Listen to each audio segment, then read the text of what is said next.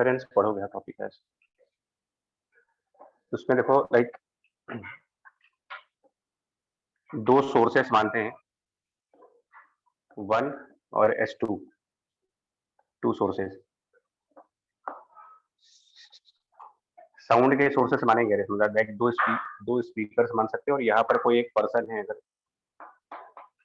And वो person source 1 से speaker 1 से उसका डिस्टेंस हमारा x1 है, और S2 से जो इसका डिस्टेंस है वो कुछ x2 मान लेते हैं इसको।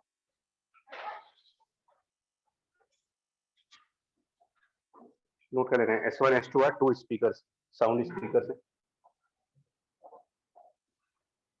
टू साउंड स्पीकर्स, और दोनों का साउंड एक पर्सन के पास जा रहा है।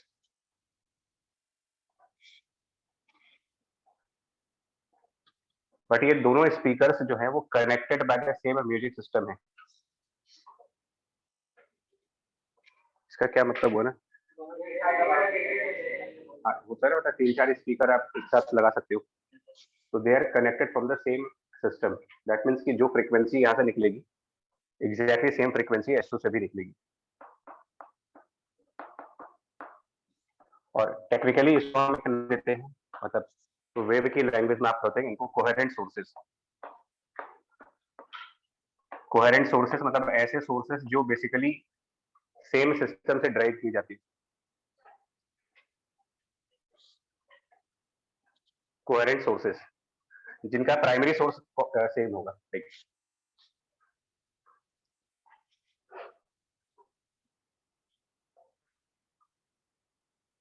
ठीक है। और उससे होगा क्या कि जिस फ्रीक्वेंसी की वेव S2 से एमिट होगी उसी फ्रीक्वेंसी की वेव S1 से भी एमिट होगी, जिस एम्पलीट्यूड की वेव S1 से जाएगी उसी एम्पलीट्यूड की वेव S2 वाले से भी आएगी, बिकॉज दोनों का बेसिक सोर्स एक ही है।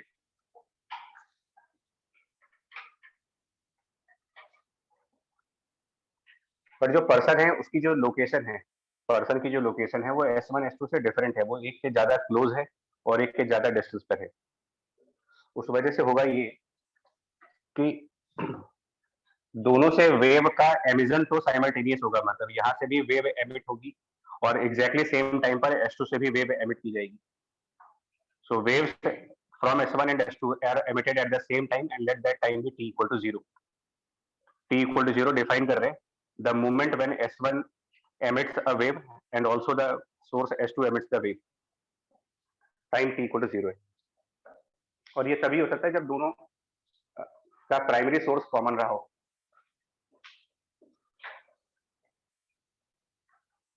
ये बात समझ में आया आपको? तो दोनों सोर्सेस ने वेव एमिट तो एक साथ कर दिया टाइम t इक्वल टू 0 पर, बट क्या ये दोनों वेव पर्सन तक पहुंचने में भी सेम टाइम लेंगे? डिस्टेंस अलग है, तो अगर वेव की स्पीड v हो, speed of the wave v, और यहाँ पर भी वेव की स्पीड v हो, तो ये वाली वेव कितने टाइम बाद पर्सन तक पहुंचेगी अगर वो x1 डिस्टेंस पर है वहां से, और ये x1 बाय v। मतलब यहाँ पर जो वेव 1 आएगी, equation of wave 1, equation of wave 1 अगर कैलकुलेट करना चाहिए तो प्रॉपर डेरिवेशन वाला मेथड लगाओगे।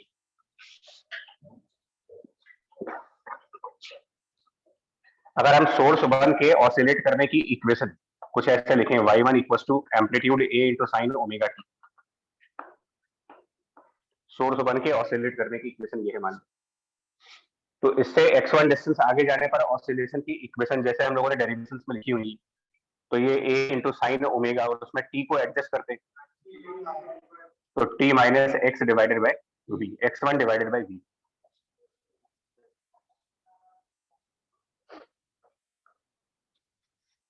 और क्योंकि S2 वाली वेव भी एग्जैक्टली सेम टाइम पर बाहर आ रही है, जिस टाइम पर S1 से वेव आई थी एग्जैक्टली सेम टाइम पर S2 से वेव बाहर आई है, तो equation of the wave from S2 that means oscillation at S2 y2 से रिप्रेजेंट करें, अगर इसको a sin ओमेगा t से लिखें इसको भी, बिकॉज दोनों का सेम फ्रीक्वेंसी है, सेम एम्पलीट्यूड है, तो ये वाली वेव जब आगे जाएगी पर्सन तक जाएगी तो यहाँ पर y2 की जो इक्वेशन बनेगी a sin ऑफ ओमेगा, और ये t minus x2 by v होगा।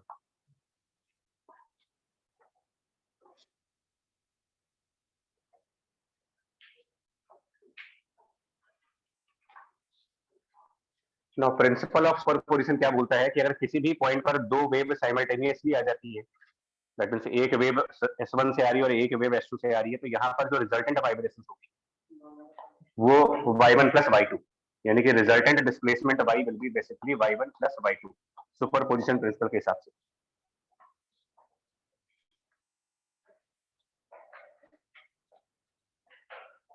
और y1 प्लस y2 को अगर हम यहाँ कैलकुलेट करेंगे, अगर y1 प्लस y2 की वैल्यू निकालें, नहीं ध्यान से करो, y1 प्लस y2 की वैल्यू, थोड़ी सी मैथ आएगी इसमें, तो y1 प्लस y2 की वैल्यू यहाँ पर बनेगी a, इसको एक्सपैंड करेंगे sine of a minus b वाले फॉर्मूले से, तो a कॉमन होगा और एक्सपेंशन के बाद ये बन जाएगा आपका sine omega t into cos of x1 omega upon v, omega को अंदर मल्टीप्लाई करके साइन a, या फिर एक काम और कर सकते हैं, हाँ वो ज्यादा इजी पड़ेगा, नहीं y1 प्लस y2 में a कॉमन कर लेंगे और sine a plus sine b का फॉर्मूला या sine c plus sine d का फॉर्मूला लगाएंगे, तो उससे देखते हैं क्या बनता है।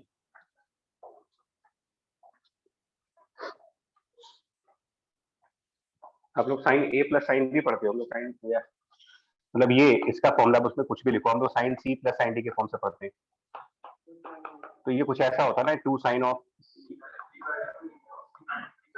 हाँ cos of c minus d by 2, तो इसी फॉर्मूले का यूज कर लो यहाँ पर y1 प्लस y2 को निकालने के लिए।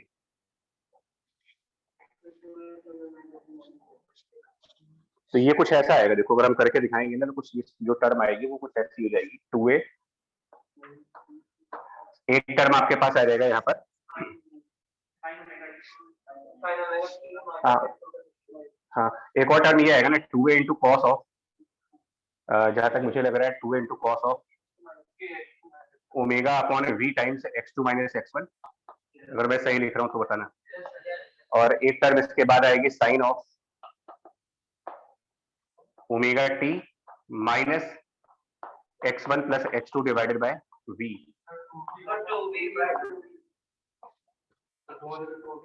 बाय 2, इसीलिए कंफर्म करवा रहे, थोड़ा आगे निकल गया यार ये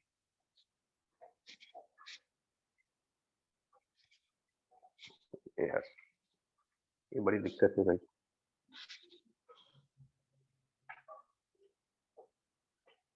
हिसाब से ठीक है, अभी सही लिखा है ये चीज,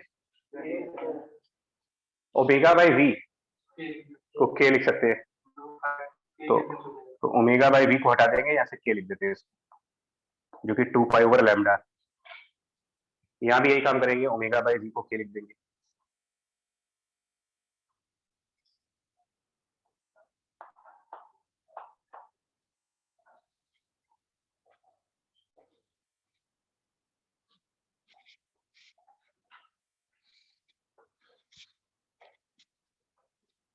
सही चल रहा है सब नाउ,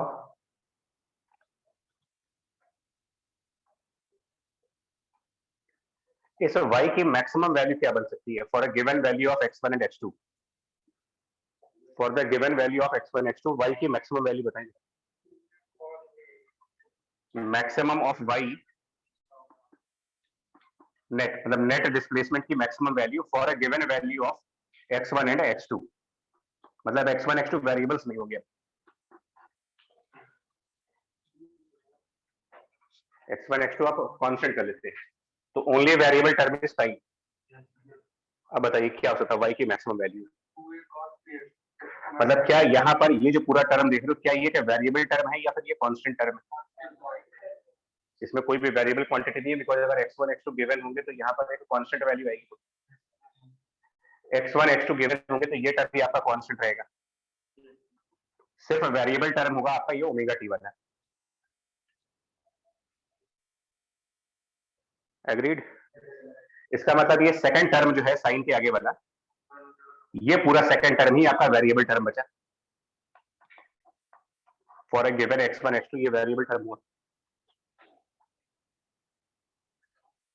और इसका वेरिएशन कितने रेंज में हो सकता है, मतलब अगर ये साइन का फंक्शन है तो इसका variable, so it is variable between -1 to +1,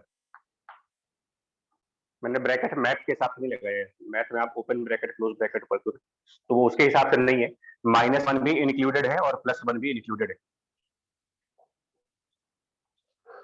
तो इसका मतलब y की मैक्सिमम वैल्यू अगर हम कैलकुलेट करें, इसके मॉडुलस की बात करें, मॉडुलस की, मॉड ऑफ y की मैक्सिमम वैल्यू, तो ये चीज तो कांस्टेंट रही, यही इसकी मैक्सिमम वैल्यू होगी।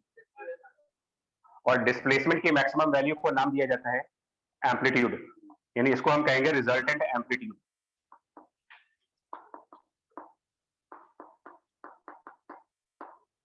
तो रिजल्टेंट एम्पलीट्यूड का जो फॉर्मूला बनता है वो बन रहा है आपका 2a टाइम्स कॉस के को चाहो तो 2 पाई बाय लैम्डा लिख सकते हो, अदरवाइज चाहो तो के ही रहने दे, जैसे भी आपको लगे। अगर चाहें तो 2 पाई ओवर लैम्डा भी कर सकते हैं इसको, तो 2 कैंसिल भी हो जाएगा। तो pi by lambda times x2 minus x1।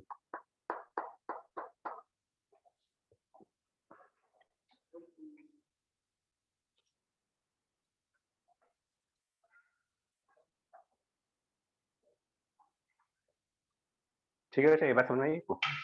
और इसमें हम ना इसको प्लस माइनस दोनों मानेंगे, because it can be maximum plus और माइनस में भी आ सकता है, बिकॉज ये +1 भी आ सकता है यहाँ पर और -1 भी, दोनों ही y की मैक्सिमम वैल्यू कहलाएगी। बिकॉज प्लस और माइनस का सिर्फ सिग्निफिकेंस होता है इक्विलिब्रियम पॉइंट के अपोजिट साइड पर। बात समझे आपको? तो रिजल्टेंट एम्पलीट्यूड का पहला फॉर्मूला बन रहा है 2a times cos of pi by lambda x2 minus x1। और ये कब बन रहा है आपका फॉर्मूला? जब, सुनिए अब सुनना, जब दो वेव साइमल्टेनियसली किसी पॉइंट पर ऑसिलेशंस प्रोड्यूस कर रही है। टू ऑसिलेशंस, बेसिकली ये ऑसिलेशंस ही हैं। So two oscillations at a common point, but those oscillations were created by different sources. Clear है? दो अलग अलग सोर्सेस की वेव किसी कॉमन पॉइंट पर जब आएगी तो उन दोनों ऑसिलेशंस का जब रिजल्टेंट किया जाएगा तो उसका जो रिजल्टेंट एम्पलीट्यूड फॉर्मूला बन रहा है वो बन रहा है आपका 2a times cos pi by lambda multiplied by x2 minus x1। और x1 x2 क्या है? जिस पॉइंट पर सुपरपोजिशन हो रही है, जिस पॉइंट पर वेव को सुपर इम्पोज कर रहे हो, वो पॉइंट सोर्स 1 और सोर्स 2 से जितने डिस्टेंस पे है वो डिस्टेंसेस आपको लिखी जा रही है x1 एंड x2। तो मीनिंग अच्छे से समझो इसमें क्या है, अगेन क्योंकि सारा क्वेश्चन इसके ऊपर ही है। x1 x2 जो डिनोट कर रहे हैं वो हम डिस्टेंस डिनोट कर रहे हैं पॉइंट का, जिस पॉइंट पर वेव को सुपर इम्पोज किया जा रहा है। और वो डिस्टेंस की मेजरमेंट कहां से की जा रही है? तो डिस्टेंस की मेजरमेंट हो रही है from the source 1 and source 2। कहीं कहीं पर x2 माइनस x1 को एक नाम भी देते हैं, x2 माइनस x1 को कहीं कहीं पर डेल्टा x यानी पाथ डिफरेंस के नाम से भी बताया जाता है। ये दोनों वेव का पाथ डिफरेंस है।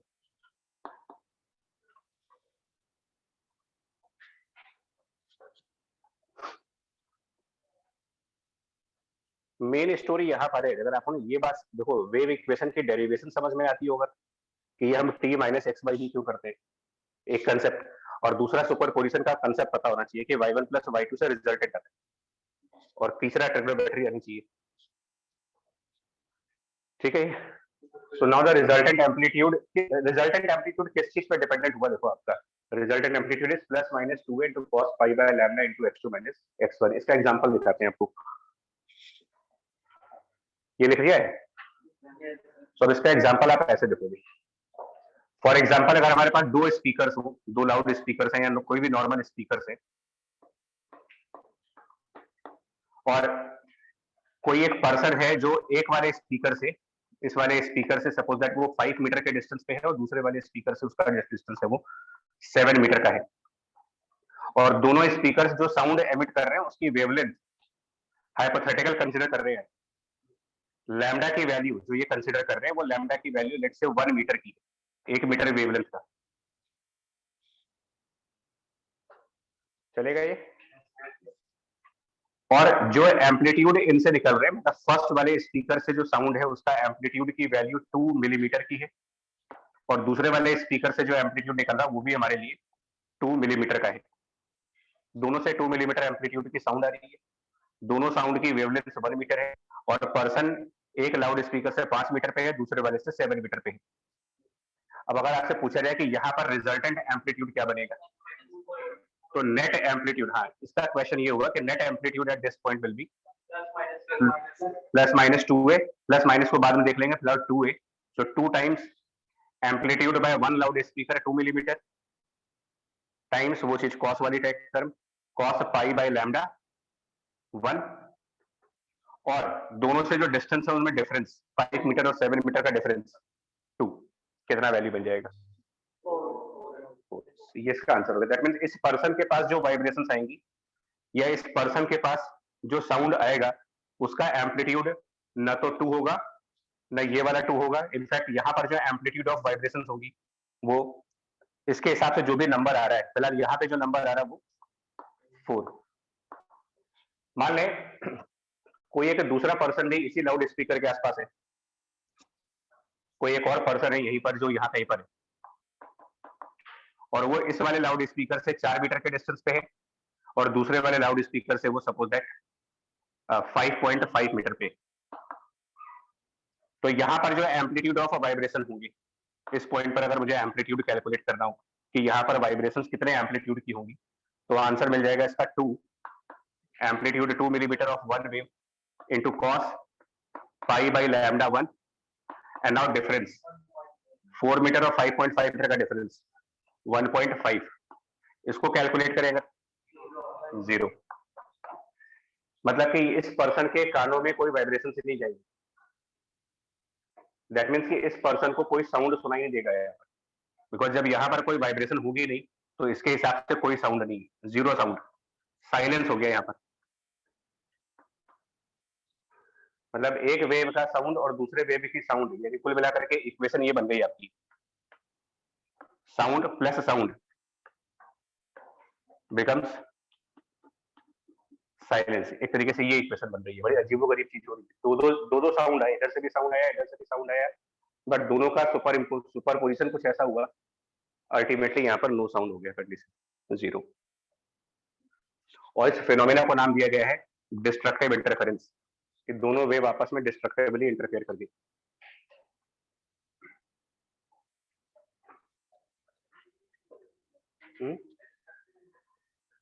डिस्ट्रक्टिव इंटरफेरेंस हमने सिर्फ एक नाम, अभी वो तो क्लियर कर देंगे, डेफिनेशन बताएंगे।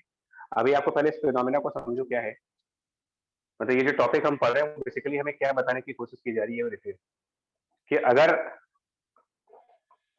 कोई भी लिसनर साइमल्टेनियसली 2 साउंड रिसीव करे from the 2 different speakers emitting wave of same amplitude and the same frequency, then what amplitude will be received by the person? अभी आपका कंसेप्ट ही चलता है। मतलब हम लोग ये जानने की कोशिश कर रहे हैं how much amplitude will be for this person, how much amplitude will be for this person, और उसके लिए हमारा कंसेप्ट ये कह रहा है कि amplitude received by this person और एनी अदर पर्सन, उसका जनरलाइज फॉर्मूला ये है plus minus 2a into cos pi by lambda into x2 minus x1। Now depend करता है x2 माइनस x1 की वैल्यू। हो सकता है कि x2 माइनस x1 की कोई ऐसी वैल्यू आ जाए जिससे कि कॉस का ये पूरा टर्म 0 आ जाए, पॉसिबल है। x2 माइनस x1 की कोई ऐसी वैल्यू बन सकती है जिसके लिए कॉस का ये पूरा टर्म हमारा 0 आ जाए। तो 0 आने का मतलब बेसिकली क्या हो जाएगा कि एक ऐसे मतलब पर्सन एक ऐसे पॉइंट पर है जहां पर दोनों वेव का सुपरपोजिशन यानी कि y1 प्लस y2 इस तरीके से हो रहा है कि रिजल्टेंट वैल्यू 0 हो रही है। कैंसल नहीं बोलते हैं इसको, मतलब बेसिकली नाम दूसरा दिया गया है, यानी यहाँ पर कोई वाइब्रेशन ही नहीं हो रही होगी। ये काम तो स्टैंडिंग वेव में भी हुआ था। क्या मीडियम में कोई ऐसे पॉइंट नहीं थे जहां पर कोई वाइब्रेशन नहीं थी, बट उस समय नाम नोट दिया था, आज उनका नाम बदल रहे थे। The points of zero disturbance और the points of zero vibration, उनको नोड नाम देने की बजाय हम क्या नाम दे रहे हैं, डिस्ट्रक्टिव इंटरफेरेंस, क्योंकि वो सुपरपोजिशन अलग थी। स्टैंडिंग वेव के अंदर जो सुपरपोजिशन लिया गया था उसमें दोनों वेव के प्रोपोगेट करने की डायरेक्शन अपोजिट थी। आप ये समझो 0 वाइब्रेशन की कंडीशंस क्या बन रही है। स्टैंडिंग वेव में 0 वाइब्रेशन तब आया था आपके पास जब एक वेव पॉजिटिव एक्स डायरेक्शन में जा रही थी, दूसरी वेव नेगेटिव, मतलब यहाँ माइनस था और यहाँ पर प्लस था। और अब क्या हो रहा है, दोनों वेव जा तो सेम डायरेक्शन में रहे, उसके बावजूद भी कुछ ऐसे पॉइंट्स मिल रहे हैं आपको जहां पर वाइब्रेशंस की वैल्यू 0 आ रही है, मतलब एम्पलीट्यूड की वैल्यू 0। तो क्योंकि इनके बनने का तरीका अलग है, 0 वाइब्रेशन की वैल्यू 0 आ रही है मतलब एम्पलीट्यूड की वैल्यू 0। तो क्योंकि इनके बनने का तरीका अलग है, 0 वाइब्रेशन की वैल्यू 0 आ रही है मतलब एम्पलीट्यूड की वैल्यू 0। तो क्योंकि इनके बनने का तरीका अलग है, जीरो वाइब्रेशन अगर दो अपोजिट वेव की वजह से बनेगा तो उसका नाम नोड है, और जीरो वाइब्रेशन अगर दो सेम डायरेक्शन की वेव से बन रहा तो उसका नाम डिस्ट्रक्टिव इंटरफेरेंस।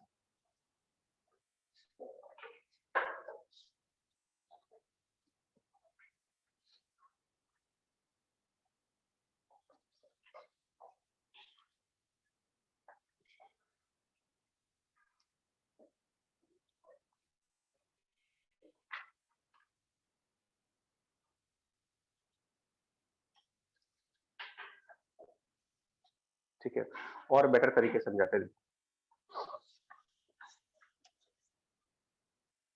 पहले इसको प्रॉपरली समझ लें, उसके बाद ही करिए। सपोज दैट हमारे पास दो सोर्सेस हैं S1 S2, S1 S2 दो सोर्सेस मान लो, और इनके बीच में सेपरेशन जो है, इनके बीच का डिस्टेंस वो suppose that 3 times of lambda है। इनके परपेंडिकुलर बाइसेक्टर पर अगर कोई पर्सन होगा तो उसके लिए क्या वाइब्रेशंस होगी, मतलब यहाँ पर एम्पलीट्यूड ऑफ वाइब्रेशन, अगर यहाँ पर कोई एक लिसनर हो और आपको ये दिया जा रहा है कि यहाँ पर जो एम्पलीट्यूड और यहाँ पर एम्पलीट्यूड है वो इंडिविजुअली, मतलब एम्पलीट्यूड बाय द सोर्स 1 वो आपका 3 मिलीमीटर मान लेते हैं, और एम्पलीट्यूड बाय सोर्स 2 वो भी आप 3 मिलीमीटर मान लो, और आपको सिर्फ ये कंसेप्ट लगाना है। तो यहाँ पर अगर पूछा जाए कि इस पर्सन में जो साउंड आएगा उसका एम्पलीट्यूड कितना होगा, तो 2 times of A, that mean 6 millimetre. तो यहाँ पर हम लिखेंगे 6 millimetre into cos pi by lambda times x2 minus x1। तो क्योंकि ये परपेंडिकुलर बाइसेक्टर पे है तो जितना डिस्टेंस S1 का है उतना ही डिस्टेंस S2 का है, तो x1 x2 बराबर हो गए, वहां 0 हो गया, यानी वैल्यू 2 आई। मतलब यहाँ पर vibration amplitude are 6 millimetre, 6 millimetre amplitude का साउंड वाइब्रेट करेगा यहाँ पर। अगर कोई पर्सन यहाँ पे हो S2 के राइट साइड पे खड़ा हो, person on the right side of S2,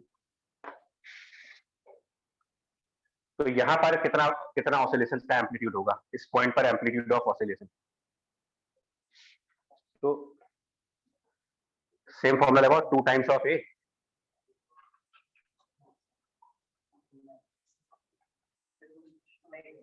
2 times of A, that means यहाँ पर जब कैलकुलेट करेंगे तो 2 टाइम्स ऑफ ए हो गया 6 millimetre, and x2 minus x1, देखिए S2 से जो वेव आएगी, मतलब x2 और x1 डिस्टेंस थे, उस पॉइंट का सोर्स 2 से जो डिस्टेंस है ये x2 हो गया, और इसका S1 से जो डिस्टेंस है वो x1 हो गया।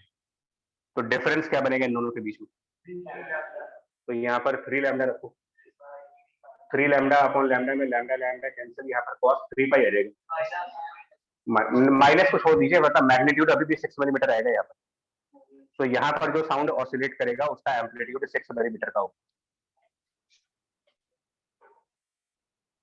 अब अगर कोई पर्सन मान लीजिए कोई ऐसी जगह पर है, बहुत ध्यान से देखना, सपोज दैट कोई पर्सन एक ऐसी जगह, तीसरा पर्सन की बात करते हैं, थर्ड पर्सन, वो ऐसी जगह पे खड़ा है जहां से S1 और S2 का जो डिस्टेंस है, फॉर एग्जांपल S1 S2 का जो डिस्टेंस कुछ ऐसा है कि ये डिस्टेंस आपका 2.5 लैम्डा है और ये डिस्टेंस आपका 2 लैम्डा है।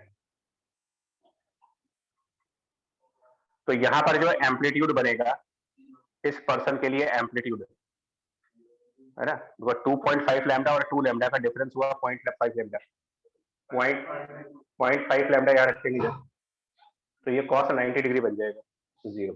मतलब यहाँ पर साउंड का ऑसिलेशन एम्पलीट्यूड 0 हो गया।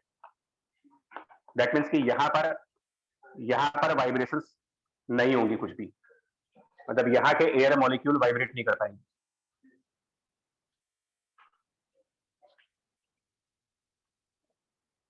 ठीक है जी। तो जिन जिन पॉइंट्स पर ऐसा होगा, जिन जिन पॉइंट्स पर रिजल्टेंट एम्पलीट्यूड की वैल्यू 0 आएगी, उन्हीं पॉइंट्स का नाम बदल करके हम कह रहे हैं इसको डिस्ट्रक्टिव इंटरफेरेंस।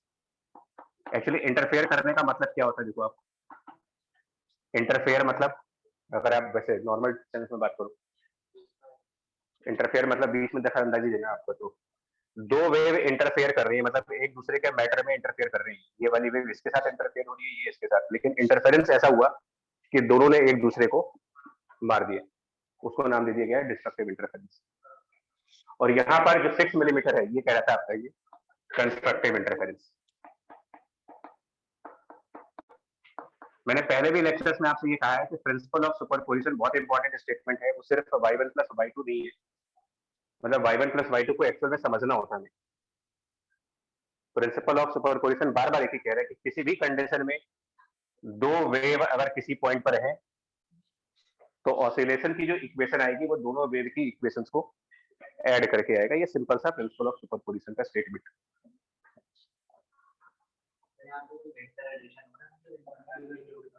कर सकते हैं उससे भी, नहीं करेंगे उससे, लेकिन भी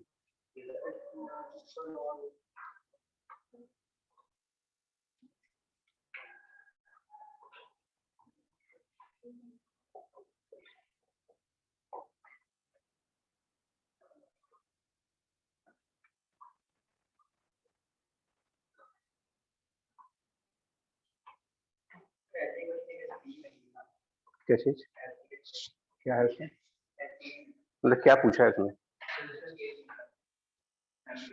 हाँ तो सिंपल रखिए ना, इसको क्यों टफ करें हम, क्यों फेजर मेथड और बाकी चीजों पे जाए? हमको प्रिंसिपल ऑफ सुपरपोजिशन समझ में आ रहा है, हमको आ रहा है, आपको आ रहा है कि नहीं आ रहा पता नहीं, लेकिन हमारे को सीधा सा है कि किसी भी हालात में कंडीशंस कोई भी हो, तो वेव सेम डायरेक्शन में जा रही हो, वेव अपोजिट डायरेक्शन में जा रही हो, उनकी फ्रीक्वेंसी अलग हो, उनका एम्पलीट्यूड अलग हो, कंडीशंस कोई भी हो, सुपरपोजिशन थ्योरम बार बार एक ही कहता है कि अगर कहीं पर दो वेव है तो आप उनको ऐड करके रिजल्टेंट वेव की इक्वेशन लाओ। तो हमने वही काम किया यहाँ पर, और उस इक्वेशन के हिसाब से एम्पलीट्यूड का टर्म आ रहा है 2a times cos pi by lambda multiplied by x2 minus x1, जो मुझे ये बता रहा है कि रिजल्टेंट एम्पलीट्यूड किस चीज का फंक्शन बन रहा है यहाँ पर। रिजल्टेंट एम्पलीट्यूड में जो वेरिएबल टर्म हुआ अगर बात करें तो ये x2 माइनस x1 है, और ये है पाथ डिफरेंस। ये अलग अलग पाथ डिफरेंस के हिसाब से अलग अलग एम्पलीट्यूड्स आएंगे।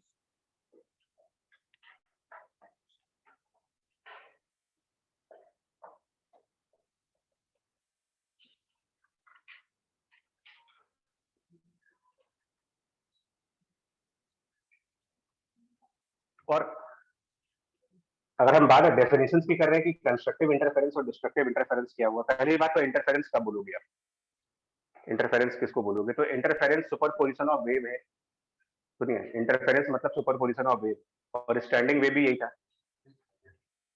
बस सिर्फ नाम का फर्क है। जब आप सुपरपोजिशन ले रहे हो, that means first case superposition of wave in opposite directions, waves in the opposite direction, उस फिनोमेना को हम लोगों ने कौन से टॉपिक के अंडर में पढ़ा हुआ है, उसका नाम बदल करके हमने स्टैंडिंग वेव कर दिया। लेकिन वहीं पर superposition of wave moving in the same direction, तो उस टॉपिक को आप इंटरफेरेंस का नाम दे दीजिए। इतना ही डिफरेंस है दोनों में।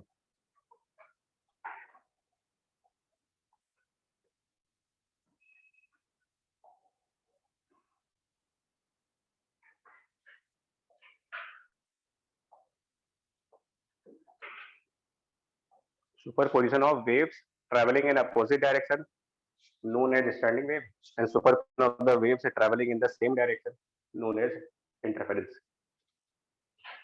फर्स्ट केस में जहां जहां जीरो एम्पलीट्यूड था उनको नाम क्या दिया गया था, नोड, और जहां जहां मैक्सिमम एम्पलीट्यूड आया एंटी नोड। इसी तरीके से इंटरफेरेंस के टाइम पर जहां जहां जीरो एम्पलीट्यूड आएगा वहां पर नाम दिया जा रहा है डिस्ट्रक्टिव इंटरफेरेंस, और जहां जहां मैक्सिमम एम्पलीट्यूड आएगा उनको नाम देंगे constructive interference. Constructive interference मतलब the points where the resultant amplitude is maximum, and destructive interference मतलब the points where the resultant amplitude is minimum, that is zero. ये आप डेफिनेशन लिखना चाहो तो लिख सकते हो, कंस्ट्रक्टिव और डिस्ट्रक्टिव इंटरफेरेंस का मतलब क्या है। ये डिफरेंस क्लियर हुआ स्टैंडिंग वेव और इंटरफेरेंस के बीच में? फिनोमिना मोटे लेवल पर सब एक ही है, दोनों में y1 प्लस y2, सुपरपोजिशन दोनों में ही है, लेकिन एक में अपोजिट वेव का है और एक में सेम डायरेक्शन की वेव का। दोनों में एक कॉमन पैटर्न है, उधर भी जीरो एम्पलीट्यूड के कुछ पॉइंट्स थे, नोड के नाम से जाने गए, इधर भी जीरो एम्पलीट्यूड के कुछ पॉइंट्स थे, पॉइंट्स ऑफ डिस्ट्रक्टिव इंटरफेरेंस बोल रहे। जिन पॉइंट्स पर मैक्सिमम एम्पलीट्यूड था स्टैंडिंग वेव में वो एंटी नोड बोले गए, और जिन पॉइंट्स पर मैक्सिमम एम्पलीट्यूड अब आएगा उनको हम नाम दे रहे हैं पॉइंट्स ऑफ कंस्ट्रक्टिव इंटरफेरेंस, सिर्फ नाम बदल दिया गया उसका। तो कौन कौन से ऐसे कंडीशंस होंगी जहां पर डिस्ट्रक्टिव इंटरफेरेंस होगा, मतलब कि ऐसे कौन कौन से पॉइंट्स होंगे जहां पर कि ये पूरा टर्म जीरो आ जाए। तो ये टर्म 0 तभी आएगा जब कॉस के आगे की ये पूरी वैल्यू पाई बाई 2 का ऑड मल्टीपल हो, मतलब it should be some odd multiples of pi by 2, मतलब 1 पाई बाई 2 हो जाए, 3 पाई बाई 2 हो जाए, 5 पाई बाई 2 हो जाए, 7 पाई बाई 2 हो जाए, तो कॉस की वैल्यू 0 आ जाएगी। इसका मतलब x2 माइनस x1 क्या होना चाहिए, फिर वापस चेक करके बताइए। x2 माइनस x1 की वैल्यू को कितना रखोगे ताकि वो पूरा टर्म पाई बाई 2 का ऑड मल्टीपल यानी कि 2n माइनस 1 पाई बाई 2 होना चाहिए। तो ये होना चाहिए लैम्डा डिवाइडेड बाई 2, नहीं 2n माइनस 1। देख लो अब। और एक बार फिर बता दें आपको, ये टॉपिक बुक से थोड़ा डिफरेंट है, बुक में ऐसी डेरिवेशंस नहीं है। वो नहीं, वो स्टार्ट ही फेज डिफरेंस के नाम से करते हैं, फेजर मेथड फेज डिफरेंस उनके हिसाब से करते हैं।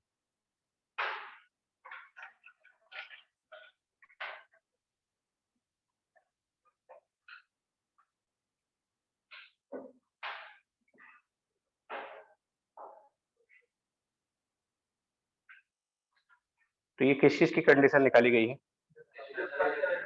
Conditions for destructive interference. These are conditions for the destructive DI, destructive interference. Constructive interference की कंडीशंस, जब आपका ये टर्म 2 आ जाए, मतलब यहाँ पर या तो +1 आ जाए या -1 आ जाए, ये चीज प्लस माइनस 1 के बराबर आए, और कॉस की वैल्यू प्लस माइनस 1 तभी आएगी जब, हाँ, तो वो दूसरी कंडीशन लगाओ x2 माइनस x1 कितना बता रहे हो, n लैम्डा, n लैम्डा को 2n इंटू लैम्डा बाई 2 कर सकते हैं। तो ये वो कंडीशन है जब रिजल्टेंट एम्पलीट्यूड मैक्सिमम होगा, इसको कंस्ट्रक्टिव इंटरफेरेंस का नाम दे दीजिए।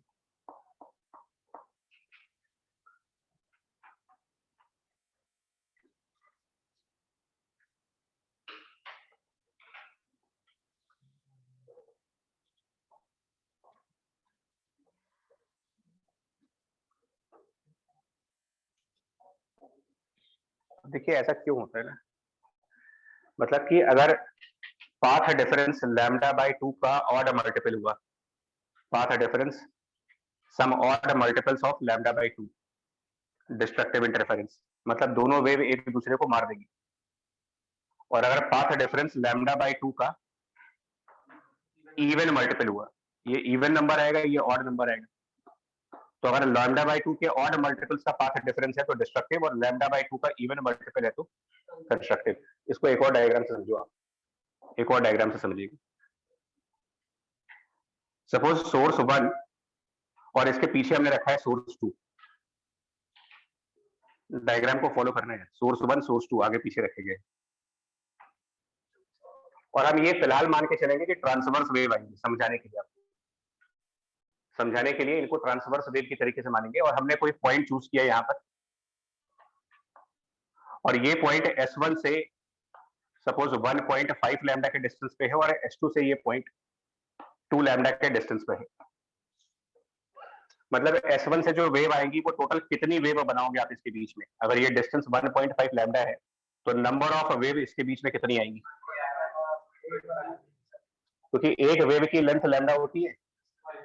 तो इसका मतलब यहां से और पॉइंट P के बीच में अगर मैं वेव को ड्रॉ करूं तो एक कंप्लीट वेव बनेगी और एक आधी वेव बनेगी, मतलब क्रस्ट, ट्रफ एंड क्रस्ट, इस तरीके से बनेंगे आपके। ये फर्स्ट वेव है, और दूसरी वाली वेव को जब ड्रॉ करेंगे दो कंप्लीट वेव दिखाएंगे। तो ध्यान दीजिएगा जरा, मैं दो कंप्लीट वेव ड्रॉ करने जा रहा हूं, हाफ, ये एक वेव हो गई पूरी, और एक और वेव दिखाएंगी।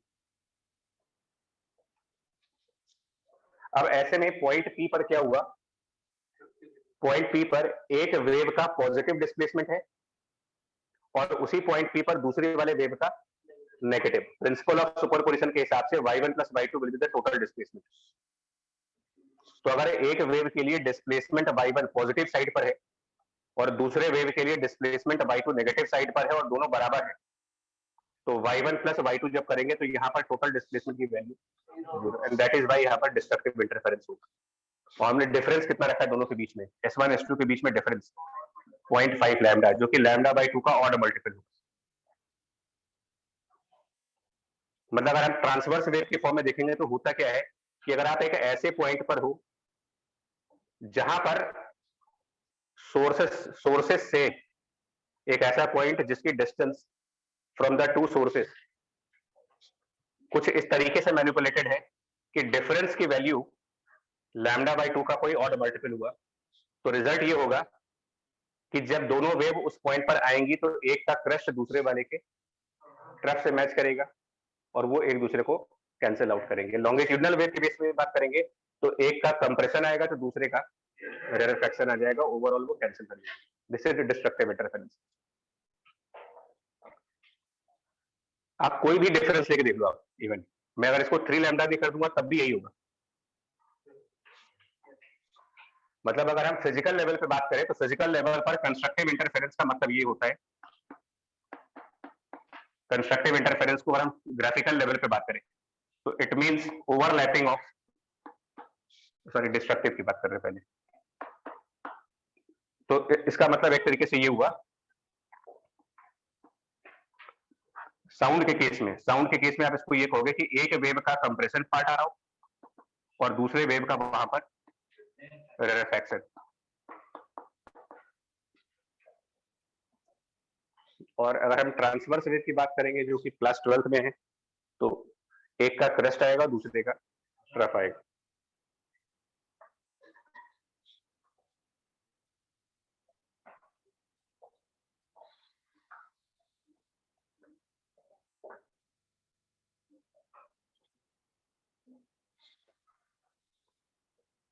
चलिए जरा ड्रॉ करके बताएं क्या कि अगर हम S1 S2 ले और एक ऐसा पॉइंट P चूज कर ले जो S1 से 2 लैम्डा के डिस्टेंस पे है और S2 से 3 लैम्डा के डिस्टेंस पे है।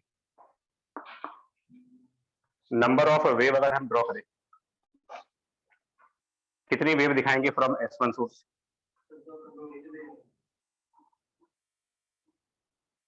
S2 से दिखाएंगे तो 3 कंप्लीट वेव। आपको ऐसा नहीं लग रहा कि दोनों वेव एक दूसरे के साथ ओवरलैप करेंगे? ट्रफ एंड ट्रफ मिल रहे हैं यहाँ पर, या क्रस्ट एंड क्रस्ट मिल सकते थे, तो ये कहलाता है कंस्ट्रक्टिव इंटरफेरेंस। और ये तब होगा जब इन दोनों के बीच में डिफरेंस कितने का रहा हो, लैम्डा का डिफरेंस मतलब लैम्डा बाई 2 का odd multiple, even multiple. A difference of lambda is basically 2 times of lambda by 2.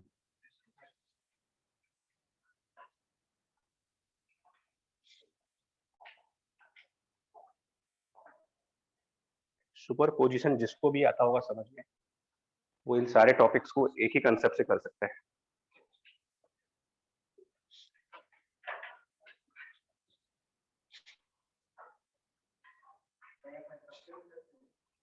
हाँ जी बच्चे, सॉरी, हाँ ये कंस्ट्रक्टिव है।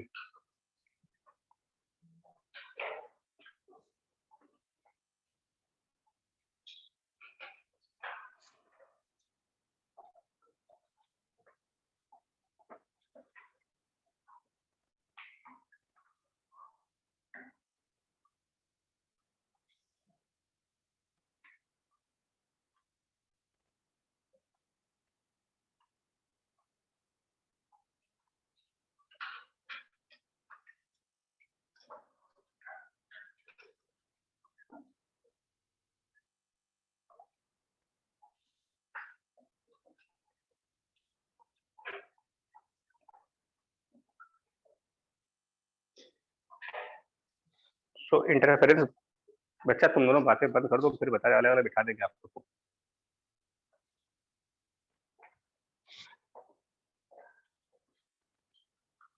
देखिए स्टैंडिंग वेव बनने के लिए हमारी नीड क्या थी, मतलब हमें क्या क्या चीजों की जरूरत थी स्टैंडिंग वेव बनाने के लिए? दो वेव जो अपोजिट डायरेक्शन से हैं, तो वो नीड पूरी कैसे होती है हमारी? हम लोग दो वेव, रिफ्लेक्शन ऑफ वेव से। आप याद करें तो ऑर्गन पाइप में भी रिफ्लेक्शन हुआ था, तो रिफ्लेक्शन ऑफ वेव से हमको दो अपोजिट डायरेक्शन की वेव मिलती है और उसका कंसेक्वेंस होता है standing wave. Constructive destructive interference बनाने के लिए हमको क्या क्या चाहिए, मतलब इसके लिए रिक्वायरमेंट्स हमारी क्या क्या है?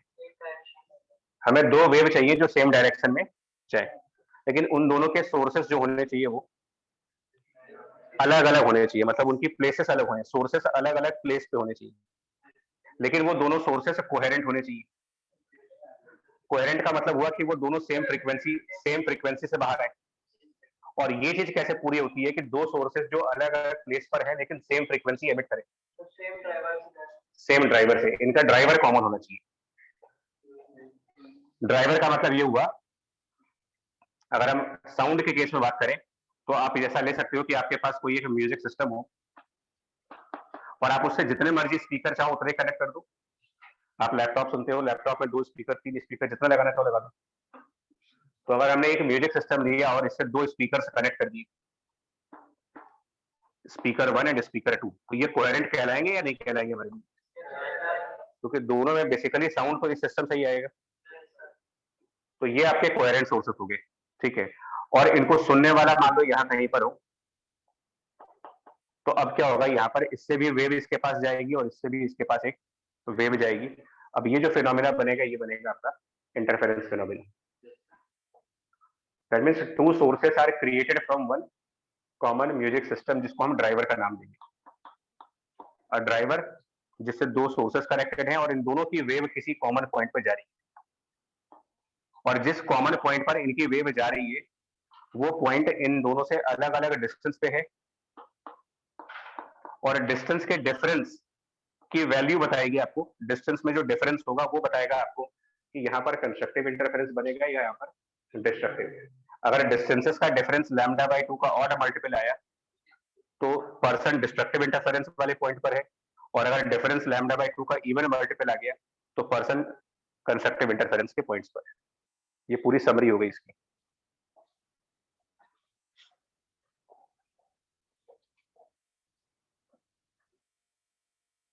ठीक है जी, पॉइंट।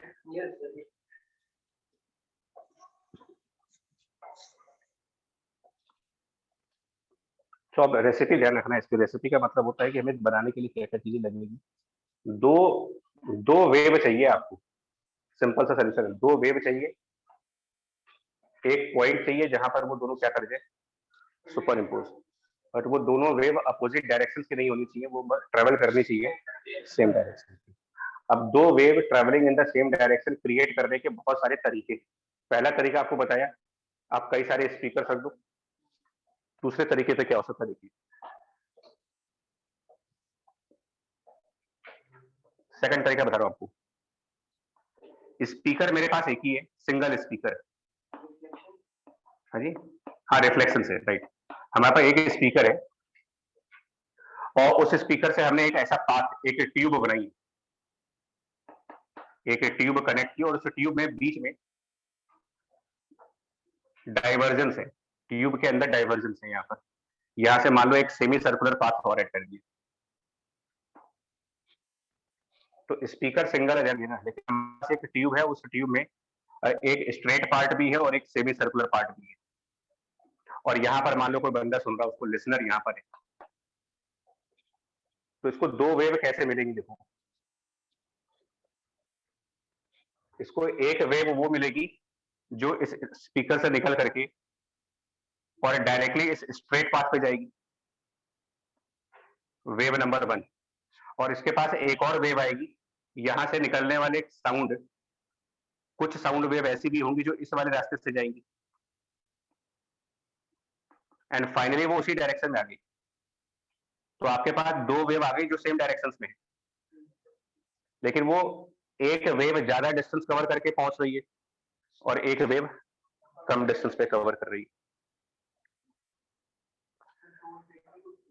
हाँ, सोर्स सिंगल है, हमने उसकी वेव को एक तरीके से स्प्लिट कर दिया, some number of wave traveling in the straight path and some number of wave traveling to the other path. That means कि यहाँ पर अब दो दो वेव एक साथ आई, लेकिन दोनों वेव का final direction same, finally they are travelling in the same direction. ये इंटरफेरेंस का फिनोमिना हुआ, ये स्टैंडिंग वेव का फिनोमिना हुआ, इंटरफेरेंस। और इनमें डिफरेंस कितना होगा अगर यहाँ पर इसका रेडियस, सेमी सर्कल का रेडियस r मान लें, इसका रेडियस की वैल्यू r मान लें, तो आप नोटिस करो दोनों के ट्रेवल करने का जो डिफरेंस है, ये स्ट्रेट पोर्शन आप L1 मान लो, ये वाला स्ट्रेट पोर्शन L2 मान लेते हैं, और अगर ये r रेडियस है तो बीच में जो लेंथ बनेगी 2r। तो जो ये वाली वेव है ये कितना डिस्टेंस कवर कर रही है, मतलब इसने जो पाथ कवर किया वो हुआ L1 plus L2 plus 2r, लेकिन इसने जो पाथ कवर किया L1 पाई r और प्लस L2, तो इन दोनों में पाथ डिफरेंस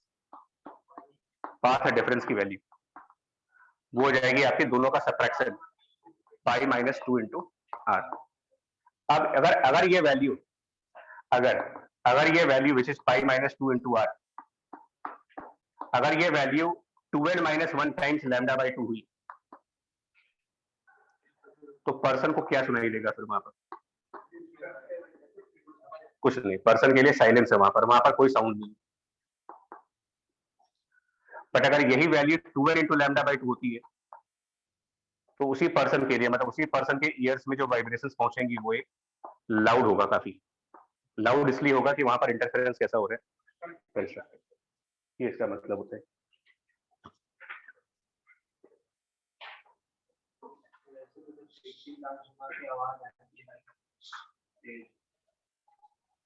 आवाज नहीं एम्पलीफाई हो रही भाई।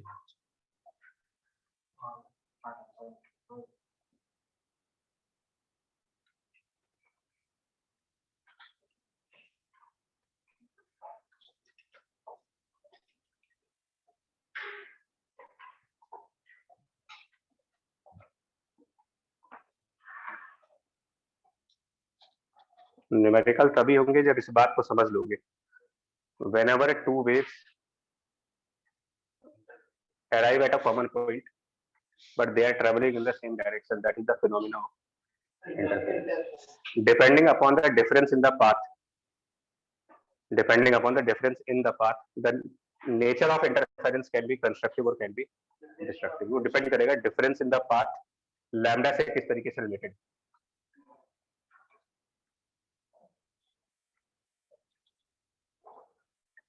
और फिजिकल लेवल पर कंस्ट्रक्टिव इंटरफेरेंस होने का मतलब ये होता है दोनों वेव के कंप्रेशंस ऐड हो जा रहे हैं या दोनों के रेरेफैक्शंस, ये मतलब है उसका कंस्ट्रक्टिव का। और अगर हम कह रहे हैं कि यहाँ डिस्ट्रक्टिव इंटरफेरेंस है तो उसका फिजिकल मतलब ये हुआ कि एक वेव का कंप्रेशन दूसरे वेव के रेरेफैक्शन से मैच कर जाता है और टोटल प्रेशर वेरिएशन 0 हो जाती है।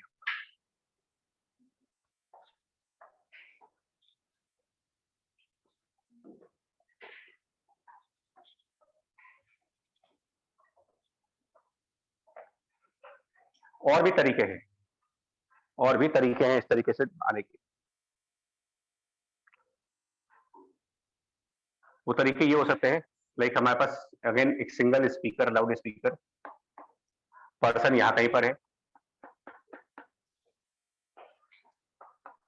और यहाँ पर कोई वॉल है। ये तो कॉमन फिनोमेना है, रूम के अंदर भी होता है, कॉमन फिनोमेना है। तो इसमें भी दो साउंड इसके पास जाएंगे। एक मान लो अगर ये L डिस्टेंस पे है, सपोज दैट ये डिस्टेंस इसका L है और ये डिस्टेंस आपका D है, तो इसको दो साउंड कौन से सुनाई देंगे? कुछ साउंड वेव डायरेक्टली आ जाएंगी, सम डायरेक्ट साउंड भी आएंगे, और कुछ ऐसे भी साउंड वेव होंगी जो इस वॉल की तरफ जाएंगी और वहां से रिफ्लेक्ट होकर के आएंगी।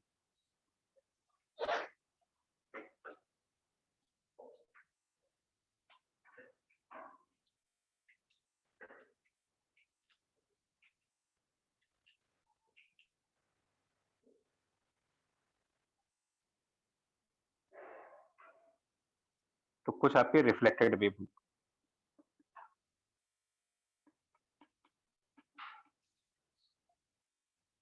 अब कितना डिफरेंस हुआ इनके बीच में? जो डायरेक्ट वेव है उसने जो लेंथ कवर की, मतलब यहां से यहां जाने में उसने जो डिस्टेंस कवर किया वो L, लेकिन जो वेव रिफ्लेक्ट होकर आएगी उसने टोटल कितना डिस्टेंस कवर किया है ना? इसको 2L कर ले ज्यादा सिंपल करने के लिए। तो अगर इसको 2L करेंगे तो ये वाली लेंथ पाइथागोरस थ्योरम के हिसाब से बन जाएगी। तो टोटल लेंथ जो इसने कवर की रिफ्लेक्टेड है वो 2 times root of L square plus, और जो डायरेक्ट वाले ने कवर किया है वो 2n। ये डिफरेंस हो गया दोनों में। अब अगर ये difference 2n minus 1 lambda by 2 है तो आप कह देंगे डिस्ट्रक्टिव इंटरफेरेंस हो जाएगा, और अगर यही difference 2n into lambda by 2 है तो कंस्ट्रक्टिव इंटरफेरेंस हो जाएगा। So all we need is just 2 waves, 2 wave आनी चाहिए, बस सिंपल सा रूल है, तरीका कोई भी हो सकता है। और भी होंगी, हाँ, इसमें बिल्कुल भी सही बात है कि इसमें रिफ्लेक्शंस के और भी वेव आएंगे, राइट। तो एक्चुअल में रियल लाइफ में इंटरफेरेंस कई सारी वेव के बीच में हो रहा होता है।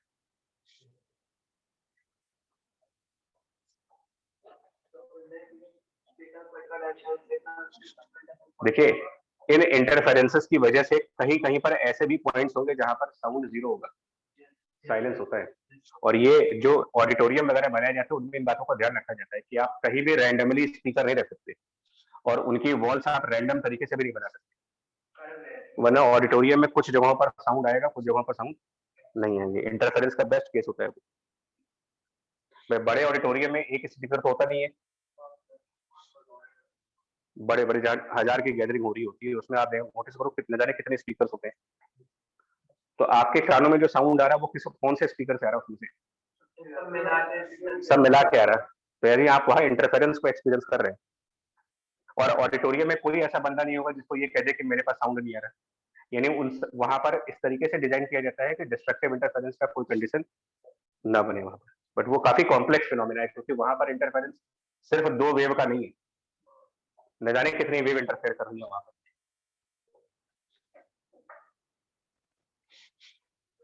समझ आए आपको?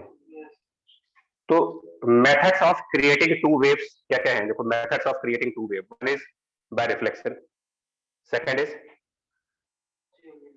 change in the path, and most common is use 2 speakers, most common part है वो।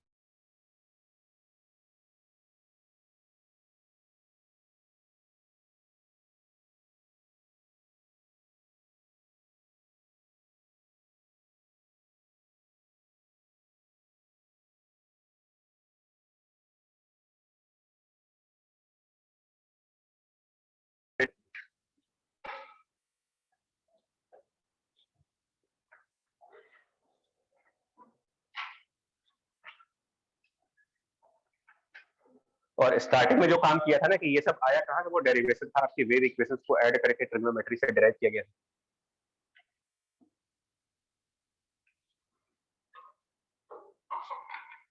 समझ पाए इसको कि नहीं? बुक खोलो जरा एक मिनट, एचसीबी वाली।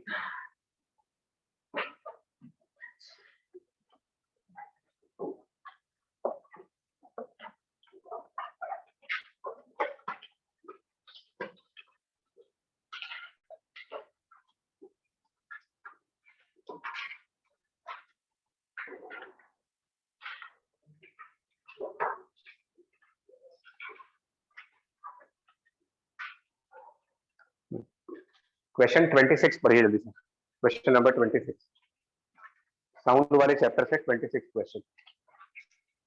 इनफैक्ट 26 से लेकर के, मैं फटाफट बता रहा हूँ आपको, 26 ऑन 35, 26 से 35 ये सब इंटरफेरेंस के क्वेश्चन है। 26 से 35 इंटरफेरेंस के में से कुछ क्वेश्चन करा रहे हैं अभी, बाकी प्रैक्टिस करो। क्वेश्चन नंबर 26 साउंड वेव वाले चैप्टर में।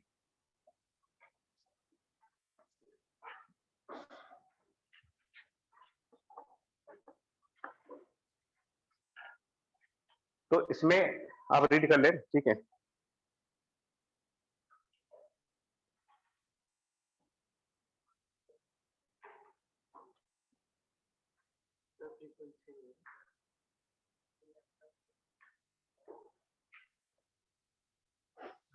ट्वेंटी सिक्स में आपसे ये तो कहा गया कि 2 स्पीकर है, अगर क्वेश्चन ध्यान से पढ़ोगे, स्पीकर 1 और स्पीकर 2, 2 स्पीकर हमारे पास, और वो जो पर्सन है वो इन दोनों स्पीकर से कितने कितने डिस्टेंस पे है।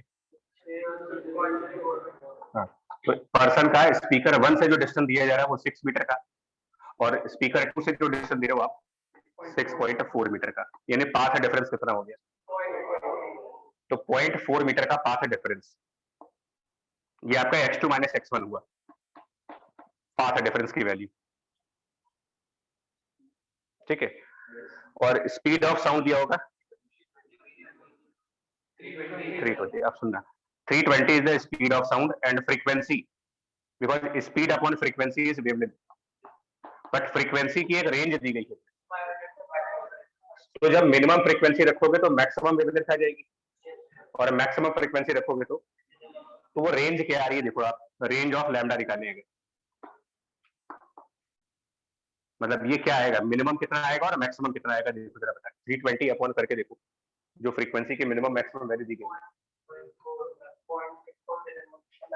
मैक्सिमम 0.64 मैक्सिमम है, कैलकुलेशन सही करना भाई, और मिनिमम 0.064, ठीक है, सब मीटर में है ना, ये यूनिट्स तो ध्यान है, मीटर है ना ये, तो ये वेवलेंथ की रेंज है, और डिफरेंस इन द पाथ 0.4 है। तो इस रेंज में 0.4 के कितने ऑड मल्टीपल्स है, क्या इस रेंज में 0.4 के ऑड मल्टीपल्स है? अब ये मैथ आगे फिर से आपकी, number of odd multiples of 0.4 in this range, बताओ कितने होंगे, अगर आप प्रोग्रेशन सीरीज वगैरह से पढ़ो तो क्या चीज,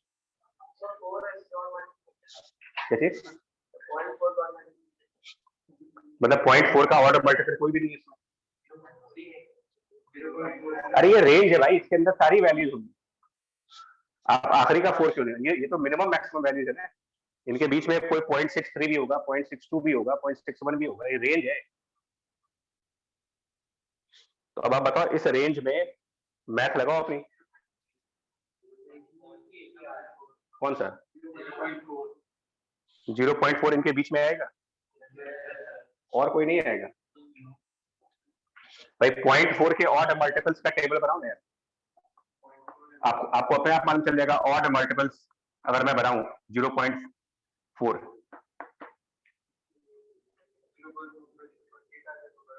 सॉरी ये गड़बड़ हो गया, एक मिनट, वो गड़बड़ हो गया, हमारी क्वेश्चन में डिस्ट्रक्टिव पूछा है, कंस्ट्रक्टिव पूछा है, तो डिस्ट्रक्टिव के लिए हमको कंडीशन ये है कि this 0.4 should be odd multiple of, हाँ sorry, it should be odd multiple of lambda by 2,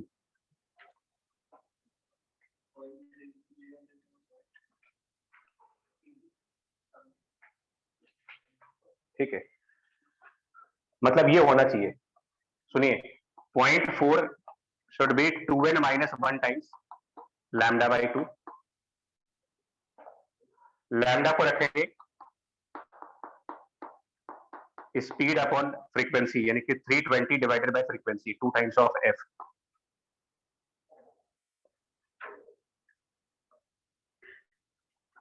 तो यहां से 2n - 1 की एक वैल्यू मिलेगी आपको, 2n - 1 will be 0.8 into frequency divided by 320,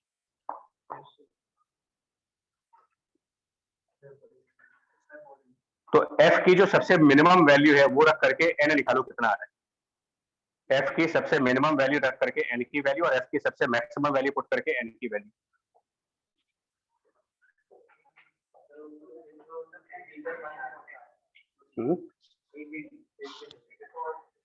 नहीं f की मिनिमम वैल्यू क्या है 500, तो उससे n कितना आएगा, 500 इंटू 0.8 अपॉन 320 है 9/8, 1 पॉइंट समथिंग है ना, मतलब मिनिमम फ्रीक्वेंसी, नहीं ये 2n - 1 की वैल्यू बता रहे कि n की वैल्यू, अच्छा n की वैल्यू 1 पॉइंट समथिंग, मतलब 9/8 बता दो, और फ्रीक्वेंसी की मैक्सिमम वैल्यू पुट करें तो वो कितना हो जाएगा, 90/8, 10 नहीं 11 पॉइंट समथिंग, मतलब 1 पॉइंट समथिंग से 11 पॉइंट समथिंग आ रहा है ना, इसका मतलब n की जो वैल्यूज हैं वो 1 पॉइंट समथिंग, मतलब समथिंग कुछ भी है, से लेकर के 11 पॉइंट समथिंग है, तो इस बीच में कितने इंटीजर्स आएंगे आपके, n के कितने इंटीजर्स बने, 1 पॉइंट समथिंग से 11 पॉइंट समथिंग के बीच में इंटीजर्स 2, 3, 4 ऐसे कर सकते हो, इसका मतलब 10 ऐसी वेवलेंथ होंगी जिसके लिए हमारे को डिस्ट्रक्टिव इंटरफेरेंस मिलेगा।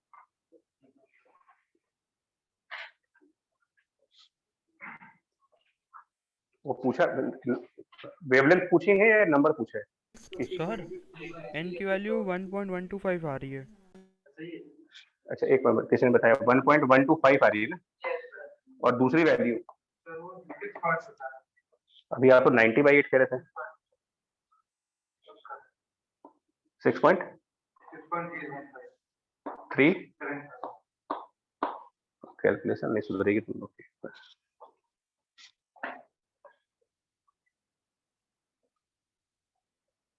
तो इसका मतलब इस रेंज के अंदर n 2 3 4 5 6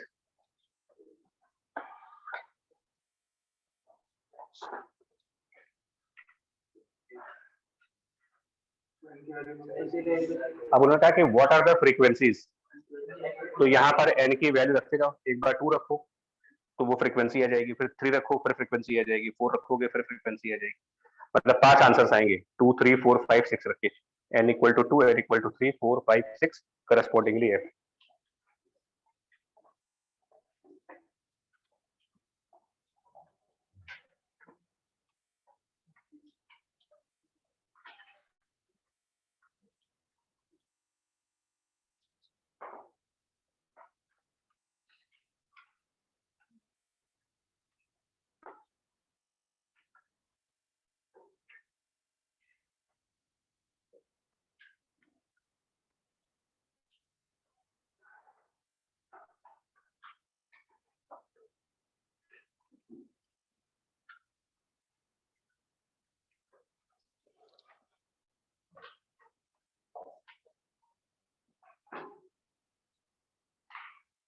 बड़े आगे अब अगले क्वेश्चन में देखो,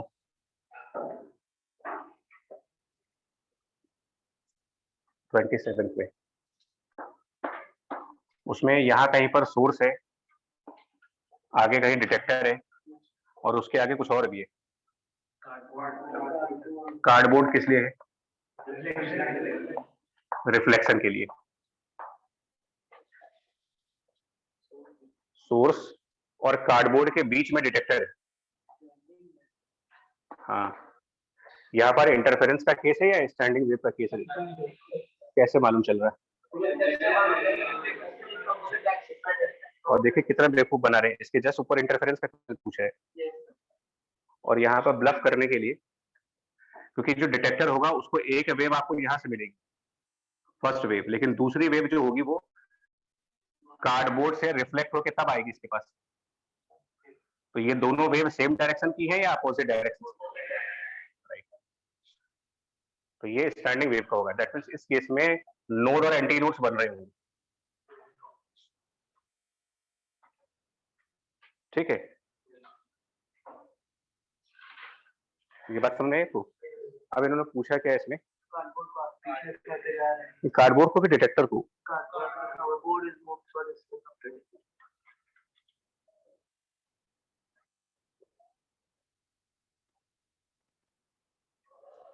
लेकिन वो ये कि बताओ ये क्या कह रहे हैं यार,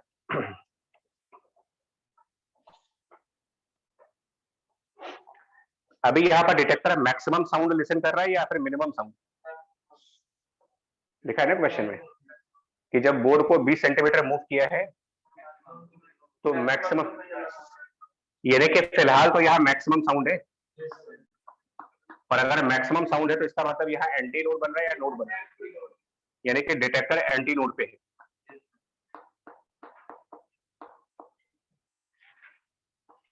ये एंटी नोड पे रखा हुआ है, और कार्डबोर्ड जहां पर रिफ्लेक्शन होती है नोड है, यानी ये डिस्टेंस कितना है? ये λ/4 है। अब उस कार्डबोर्ड को थोड़ा सा आगे शिफ्ट कर दिया गया है, मतलब ये सोर्स हो गया, कार्डबोर्ड को आप आगे लेके गए बाय सम डिस्टेंस दिया है उसने 20 सेंटीमीटर शायद, तो जो डिटेक्टर है उसके पास मिनिमम साउंड हो गया, मतलब now the detector is eight node. अब ये डिटेक्टर नोड पे आ गया, और कार्डबोर्ड पर भी नोड बनता है, यानी ये पूरा डिस्टेंस क्या होना चाहिए? λ/2। तो इसका मतलब कितना डिस्प्लेस किया है? तो λ/4 बराबर 20 हो गया। पूछा क्या है, लैम्डा पूछा, वो भी आ जाएगा। ये सब लो समझ गए, क्वेश्चन तो हो जाएगा, अदरवाइज तो फंसे रहो। आपको यही समझ में नहीं आएगा कि इसमें इंटरफेरेंस लगा रहा है कि स्टैंडिंग वेव लगा रही है। और मैं गारंटी बोल रहा हूँ, आप नेट पे सर्च करो, पहले तो आंसर देख लो क्या आ रहा है, आंसर वेरीफाई करो। वो लैम्डा निकालो, फ्रीक्वेंसी का निकालो, सही है।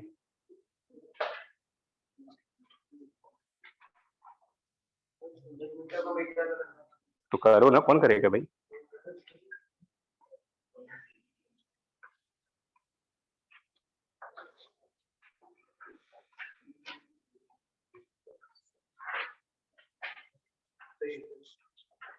ठीक है, और मैं ओपनली चैलेंज कर रहा हूँ, आप इसका सोल्यूशन नेट पे सर्च कर लो कहीं भी, गारंटीड उन्होंने डिस्ट्रक्टिव और कंस्ट्रक्टिव इंटरफेरेंस को सॉल्व किया होगा, पक्का बता रहे आपको।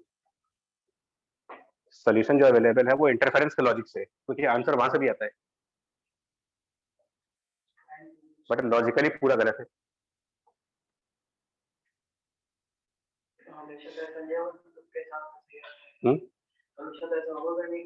नहीं, इस क्वेश्चन में लोगों ने मतलब इतना बेवकूफ बनाया हुआ है सबने कि, और तुम लोग भी कौन सा इंटरेस्टेड हो कि इंटरफेरेंस है कि स्टैंडिंग वेव है, तुम्हें अपने आंसर से मतलब होता है।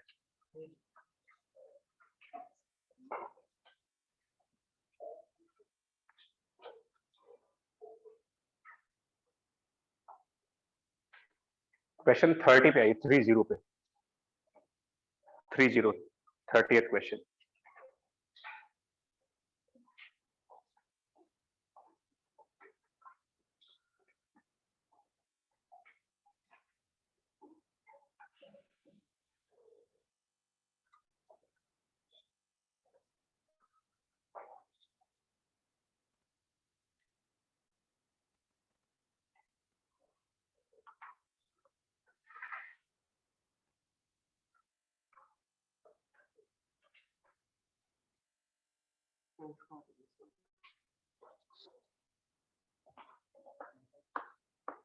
इसमें ऐसा कुछ है यार, एक हमारा S1 सोर्स है और एक S2, इसके पैरेलल में एक लाइन है, कितने डिस्टेंस पे, तो इसको हम कैपिटल डी लिख देते हैं, और ये डिस्टेंस हमारा 20 सेंटीमीटर है।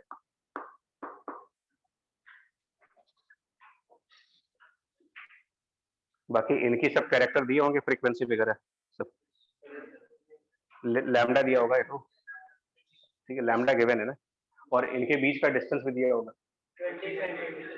ये भी 20 है।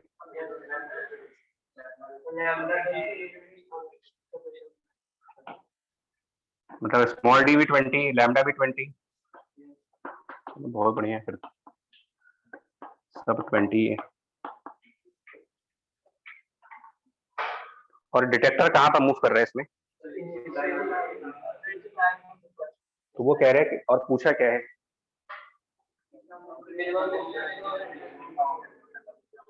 अच्छा पहले वो डिटेक्टर उसमें लिखा है, पहले वो डिटेक्टर कहाँ रखा होगा इसका, तो डिटेक्टर यहाँ पर है at time t equal to 0, और उसके बाद ये डिटेक्टर जो है वो ऊपर बढ़ने लगा, तो कितना डिस्टेंस आगे बढ़ेगा कि इसको मिनिमम साउंड मिले। मिनिमम साउंड मतलब कौन सा, इंटरफेरेंस है या स्टैंडिंग वेव है, बिकॉज दोनों वेव एक ही डायरेक्शन में जाएंगे। तो मिनिमम साउंड मतलब एक ऐसे पॉइंट पर जाइए जहां पर डिस्ट्रक्टिव इंटरफेरेंस हो, यानी कि हमें एक ऐसे पॉइंट पे जाना पड़ेगा जहां पर S1 से डिस्टेंस और S2 से जो डिस्टेंस हो, अगर इसको P पॉइंट कहते, यानी S2P माइनस S1P होना कितना चाहिए, लैम्डा बाई 2 का ऑर्डर मल्टीपल। लेकिन मिनिमम बोला गया है तो सिर्फ लैम्डा बाई 2 ले लो, मैं लैम्डा बाई 2 का मिनिमम ऑर्डर मल्टीपल ले लो, मिनिमम पूछा ना उन्होंने। अब आगे ज्योमेट्री है, जरा आप बताओ करके ये डिस्टेंस कितना आएगा यहाँ पर, अगर इसको y से डिनोट करें तो y कितना होना चाहिए, सॉल्व करके बताना पड़ेगा, आगे सिर्फ मैथ लगा रही है, ये सब 2020 चल रहा सब।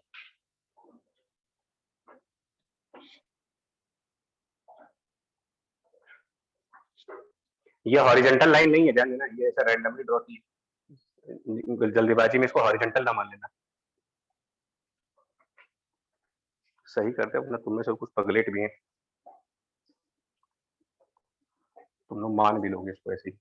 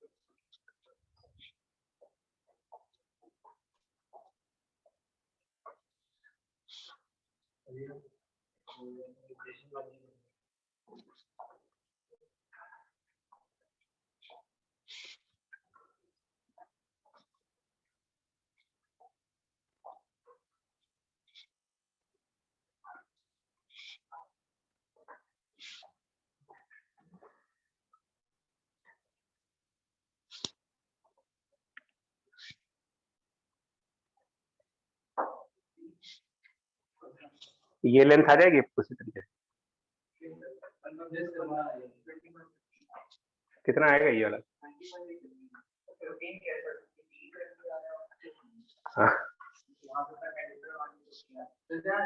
हाँ जी, 20 अगर ये है तो ये 20 तो ज्यादा ही आएगा। कैसे आ रहा है 5 देखो बताओ ना।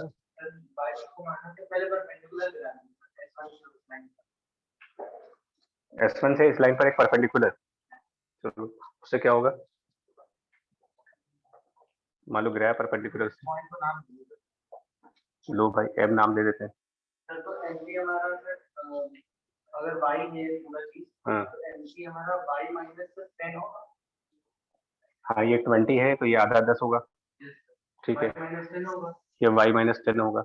S1 की जो लेंथ है वो पाइथागोरस की, हाँ मतलब ये 20 ये है और ये y माइनस 10 है, सही बोल रहे हैं, ये लेंथ आपका y माइनस 10 होगा।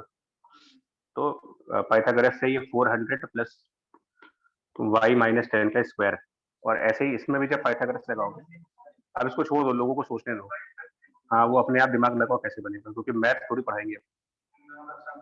इनका डिफरेंस निकाल के लैम्डा बाई 2 करना है।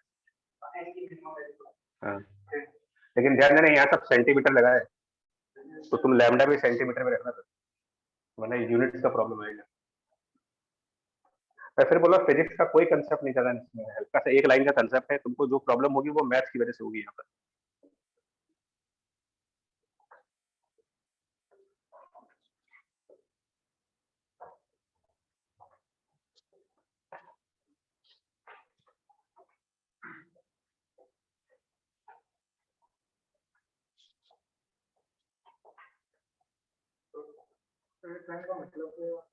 क्या चीज? वो कह रहा है कि जब डिटेक्टर आगे बढ़ेगा तो यहाँ पर मैक्सिमम साउंड है, फिर मिनिमम, फिर और आगे बढ़ोगे तो फिर मैक्सिमम आएगा।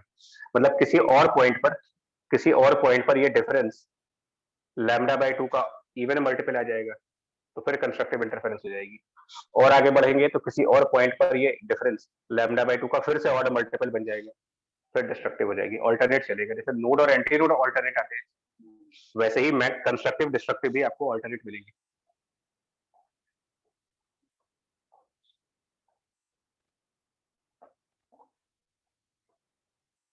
निकाल पाओगे भाई? निकालना ही पड़ेगा, बाप पाओ चाहे ना पाओ।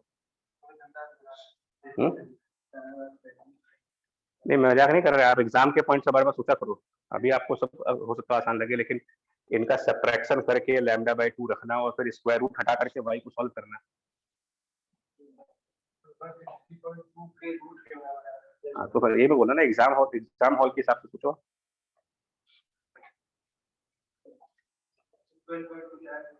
किताब तुम्हारे पास है, आंसर देख लो।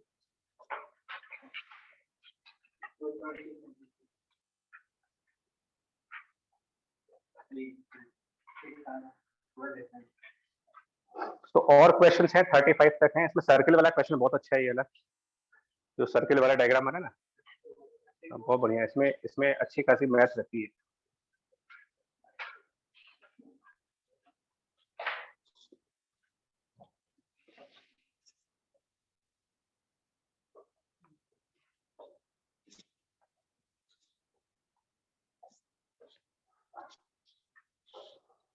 अब कुछ और ऑब्जेक्टिव टाइप क्वेश्चंस के लिए देखना,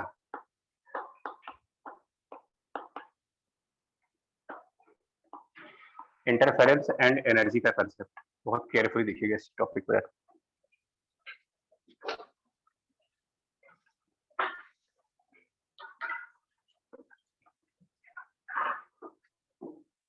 अगर हमारी वेव वन फर्स्ट वेव और सेकंड वेव दोनों किसी पॉइंट पर आ गए, दोनों का एम्पलीट्यूड सेम है, फ्रीक्वेंसी सेम है दोनों के, और हम लोगों ने 2-3 क्लास पहले एनर्जी को डिराइव किया था for a travelling wave, energy of travelling wave derive किया गया था, और वो फॉर्मूला कुछ ऐसा था, हाफ मास ए स्क्वायर इंटू। तो इसका मतलब वेव वन के पास भी कुछ एनर्जी आएगी और वेव टू के पास भी कुछ एनर्जी आएगी। सुपर पोजिशन जब होगा इन दोनों का, मतलब वेव वन और वेव टू का सुपर पोजिशन किसी पॉइंट पर हुआ, और जिस पॉइंट पर सुपर पोजिशन हुआ वहां पर वेव वन ने x1 डिस्टेंस कवर किया हुआ है, और जिस पॉइंट पर सुपर पोजिशन हो रहा है वहां पर वेव टू ने x2 डिस्टेंस कवर किया। मतलब इनके सोर्सेस x1 x2 पर रखे गए थे, source one and source two. तो यहां पर अब रिजल्टेंट एनर्जी अगर लिखने को आ जाए कि इस पॉइंट पर रिजल्टेंट एनर्जी क्या लिखोगे आप, नेट एनर्जी क्या बनेगी? क्या वो सिंपली दोनों वेव के एनर्जी को ऐड करते, मतलब एनर्जी ऑफ ट्रेवलिंग वेव का फॉर्मूला कहता है हाफ मास ए स्क्वायर इंटू ओमेगा स्क्वायर। दो वेव अगर किसी पॉइंट पर आएंगी तो दोनों में कुछ ना कुछ एनर्जी होगी, इसमें भी एनर्जी होगी, इसमें भी एनर्जी होगी बाय दिस फॉर्मूला। तो यहाँ पर रिजल्टेंट एनर्जी की value can we write it E1 plus E2। अगर हम इसके एनर्जी को E1 से डिनोट कर दें और इसकी एनर्जी को E2 से डिनोट कर दें, तो क्या यहाँ पर एनर्जी E1 प्लस E2 बन जाएगी?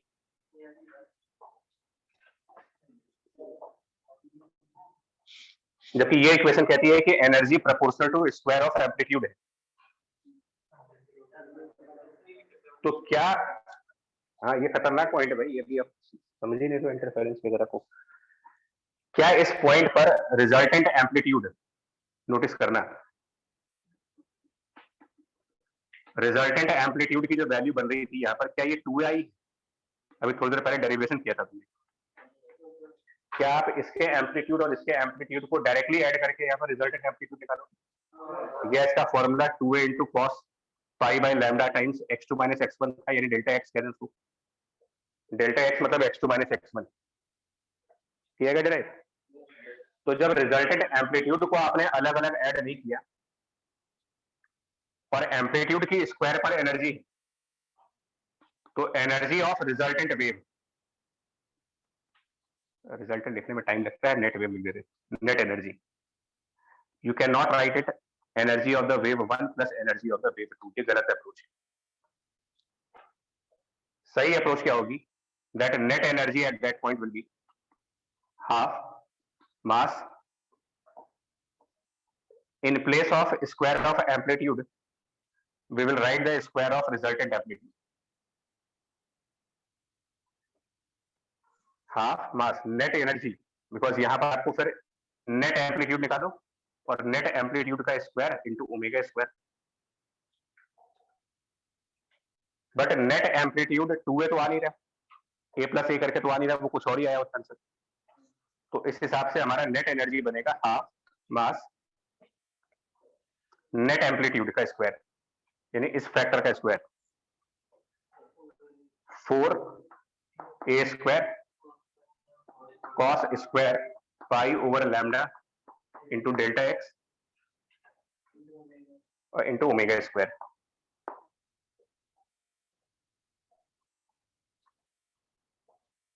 और इसमें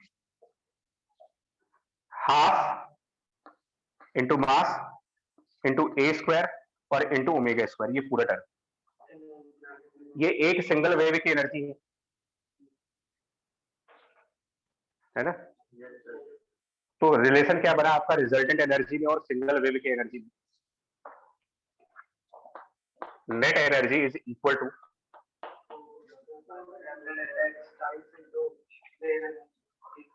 4 का फैक्टर आ रहा है, यानी 4 times energy of one wave, and आगे आ रहा है आपके पास कॉस स्क्वायर का term, cos square of pi by lambda times delta x. ये बन रहा टोटल आंसर आपका एनर्जी का कंसेप्ट। खतरनाक चीज है, क्योंकि एनर्जी स्केलर क्वांटिटी होने के बावजूद भी डायरेक्ट एड हो रही है। तो ये वेव में बड़े गेम है। वेव में जितना आप सोचोगे उससे उल्टा निकलता है, सब उल्टा निकलता है। सुपर पोजिशन इसीलिए बोल रहा हूँ कि हल्के में ना लीजिए। अब वो बता रहे, वही पूछना अभी कि एनर्जी वायलेशन क्यों हो रहा है यहाँ पर। पहले आप लिखो तो रिजल्टेंट एनर्जी, कि ये गलत अप्रोच है कि दो वेव मिलेंगे तो उनके एनर्जी ऐड हो जाएंगी, ये इलॉजिकल है। सुपरपोजिशन डिस्प्लेसमेंट का होता है, एनर्जी का नहीं होता। सुपरपोजिशन ये कहता है कि y1 प्लस y2 करके आपका रिजल्टेंट y आ जाएगा, बट एनर्जी ऐड करके रिजल्टेंट एनर्जी नहीं आ सकती। और उसका प्रॉब्लम ये है क्योंकि एनर्जी एम्पलीट्यूड पर डिपेंडेंट नहीं है, एम्पलीट्यूड के स्क्वायर पर डिपेंडेंट है। दो नंबर्स का सम और दो नंबर्स के स्क्वायर का सम और उनके सम करने के बाद का स्क्वायर, हाँ, ये मैथ की प्रॉब्लम है कि a plus B whole square is not equal to a square plus B square. ये हाँ जी, एम्पलीट्यूड भी नहीं हो रहा है। मैं क्यों बार बार तुम लोगों से कह रहा हूँ यार कि जो किताब में लिखा होता है बहुत सिंपल होता है, कोई नहीं टच करता इन टॉपिक्स को यार, कोई टच ही नहीं करेगा, वो सब स्किप कर जाते हैं, सारे लोग स्किप करते हैं इसको।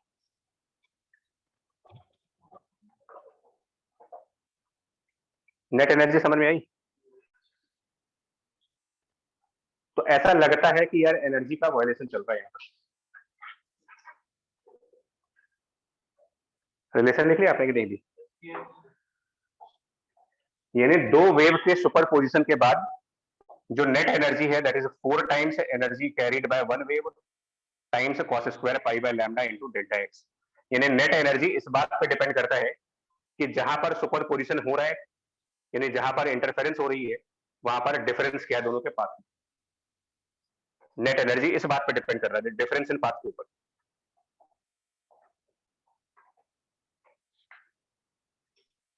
हटाओ इसे, समझो इसको क्या हुआ। हमने यहां पर सोर्स 2 ऊपर कौन सा 1, सोर्स 1 एंड सोर्स 2, हमने ये दो सोर्सेस लिए और इनके परपेंडिकुलर बाइसेक्टर पे आए। यहां पर पाथ डिफरेंस कितना होगा? जो परपेंडिकुलर बाइसेक्टर पॉइंट होगा इसका, परपेंडिकुलर बाइसेक्टर 0 होगा। तो पाथ डिफरेंस जब 0 होगा, पाथ डिफरेंस 0, तो दैट मींस कि जो टोटल एनर्जी है 4 times energy of one wave. अब जरा इमेजिन करो, बहुत ही मतलब अजीबोगरीब चीज होने जा रही है यहाँ पर। एक वेव के अंदर 20 जूल एनर्जी, दूसरे वेव के अंदर 20 जूल एनर्जी, लेकिन जब वो सुपर इम्पोज हुए तो 80 जूल एनर्जी बन गई वहां पर। 20 प्लस 20 बिकम्स 80 फिजिक्स के हिसाब से, मैथ के हिसाब से 20 प्लस 20 इज 40, बट फिजिक्स के हिसाब से 20 प्लस 20 बिकम्स 80। क्लियर हुआ बेटा? तो आपको लग रहा होगा कि यार एनर्जी वायलेशन हो रही है, एनर्जी ज्यादा हो गई, 20 बढ़ करके 80 कैसे हो सकता है? तो थोड़ा सा वेट करो, हम कोई दूसरे पॉइंट की तरफ चलते, एक ऐसे पॉइंट की तरफ आओ जहां पर S1 वाली वेव और S2 वाली वेव के पाथ का डिफरेंस, इनके पाथ का डिफरेंस लैम्डा बाई 2 है। एक ऐसे पॉइंट पे जाओ जहां इन दोनों के पाथ का डिफरेंस लैम्डा बाई 2, यहां पर भी 20 जूल आए, but path difference lambda by 2 है, यानी डेल्टा एक्स लैम्डा बाई 2 है। तो यहां पर 20 प्लस 20 0 हो जाए, अजीब ही चल रहा है सब कुछ। यहां पर एनर्जी 0 हो गई। अब अगर आप इन चारों को कंपेयर करो तो टोटल एनर्जी कितनी है मेरे पास? 20 प्लस 20 प्लस 20 प्लस कितना हुआ? 80, राइट? टोटल तो उतना ही आपके पास, बट वो यूनिफॉर्मली डिस्ट्रीब्यूट नहीं हुआ, कहीं पर वो ज्यादा हो गया। मतलब हमारे जो लॉजिक चलता है, हमारे लॉजिक के हिसाब से क्या होना चाहिए था, हमारे लॉजिक के हिसाब से यहाँ भी 40 आना चाहिए था, यहाँ भी 40। इंटरफेरेंस में क्या होता है, ये वाला 40 यहाँ चला जाता है, मतलब एनर्जी को रीडिस्ट्रीब्यूट किया गया है, एनर्जी चेंज नहीं हुई है, बट वो दोनों जगह बराबर बराबर ना होकर के यहाँ की एनर्जी डिस्ट्रॉय हो जाती है और वो एनर्जी दूसरे जगह पर जाकर के एक्यूमुलेट हो जाती है। इसको बोलते हो आप रीडिस्ट्रीब्यूशन ऑफ एनर्जी। कोई एनर्जी वायलेशन नहीं है, सिर्फ इतना हुआ है कि एनर्जी का रीडिस्ट्रीब्यूशन किया गया है, बराबर बराबर होने की बजाय कहीं पर ज्यादा हो गया, कहीं पर कम हो गया। ये होता है इंटरफेरेंस में एनर्जी का कंसेप्ट। हमारा थॉट ये तो कह रहा है कि 20 मिलेंगे तो 40 आना चाहिए, बिल्कुल सही है, 40 आएगा और यहाँ भी 40 आएगा, मतलब टोटल एनर्जी 80 है। बट वो 80 दो पॉइंट्स पर 40-40 के फॉर्म में नहीं है, वो 80 एक जगह पूरा 80 हो गया और एक जगह पर 0।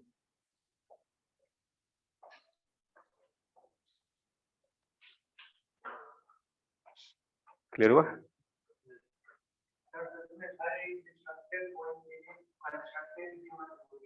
होगा, वो तो हमेशा रहेगा।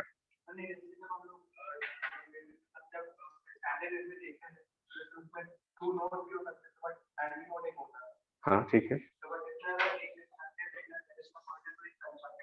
हाँ बिल्कुल होना चाहिए, बिल्कुल बिल्कुल होगा मुझे।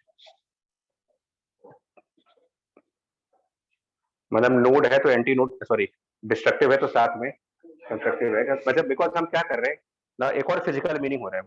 What happens at the destructive interference, अगर हम बात करें तो what happens at destructive interference के दो आंसर है। पहला, compression of one wave coincides with the rarefaction of other, या फिर crest of one wave coincides with the trough and net displacement become 0। ये हो गया डिस्प्लेसमेंट के फॉर्म में। और एनर्जी के फॉर्म में, energy of the two waves is shifted to the another point where the interference is destructive। Note कर लें इसको। ड्यूरिंग इंटरफेरेंस, पर ये पूरी लाइन हाईलाइटेड रखिएगा। During interference there is no violation of energy, there is no violation for energy conservation.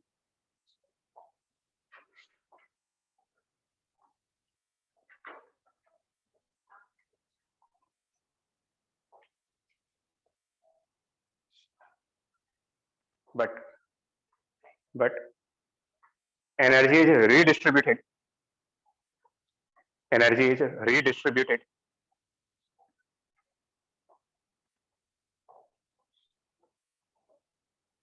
between constructive and destructive interference, between constructive and destructive interference।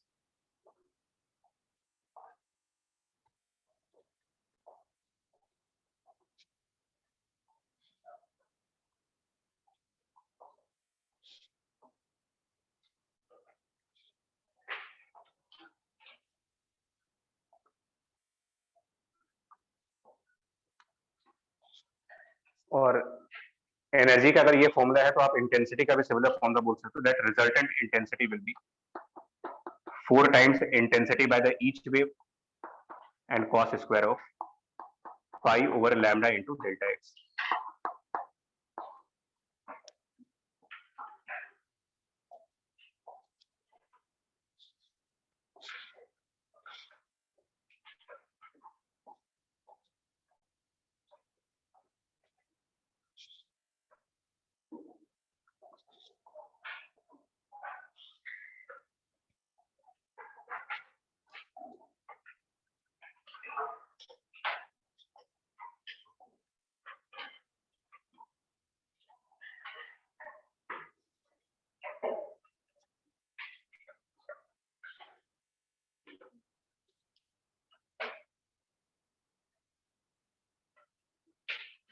ठीक है, मान लीजिए 20 जूल की दो वेव एक ऐसे पॉइंट पर इंटरफेयर करती है, 20 जूल की दो वेव का इंटरफेरेंस एक ऐसे पॉइंट पर है जहां पर पाथ डिफरेंस की वैल्यू, मतलब डेल्टा एक्स की वैल्यू λ/3, रैंडमली एग्जांपल लो, ये दोनों वेव एक ऐसे पॉइंट पर सुपर इम्पोज हुए हैं जहां पर डिफरेंस इन द पाथ λ/3 हुआ।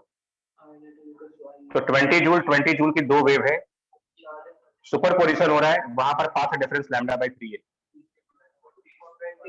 तो λ/3 मतलब cos स्क्वायर 60 कितना बनेगा? तो 20 joule plus 20 joule will give you 20 joule. समझ आ रहा है आपको? तो ये मैथ न लगा देना इसमें गलती से भी एनर्जी के केस में, या आप जो दो एनर्जी मिला देंगे तो टोटल एनर्जी आ जाएगी। वो देखना पड़ता है कि सुपर पोजिशन जहां पे हुआ है वहां डेल्टा एक्स की क्या है वैल्यू।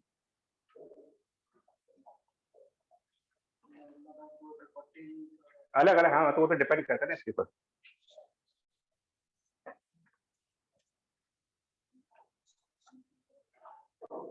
ये सब भी ठीक है ना, ये सब भी फिर भी ठीक है ना। अब आप दो वेव ले जिनके एम्पलीट्यूड से अलग है, अभी तक सब कुछ चल रहा था सेम एम्पलीट्यूड पर। Now the two waves of different amplitude, two waves of different amplitude but the same frequency, two waves of different amplitude but same frequency. So source 1 and source 2,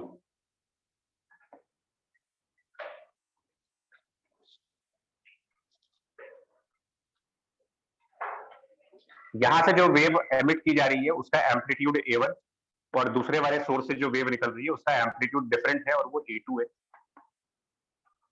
एक A1 एम्पलीट्यूड की wave और एक A2 amplitude की wave, और ये दोनों wave किसी point पर जाकर के सुपर इम्पोज हो गए, मतलब किसी पॉइंट P पर आ गई।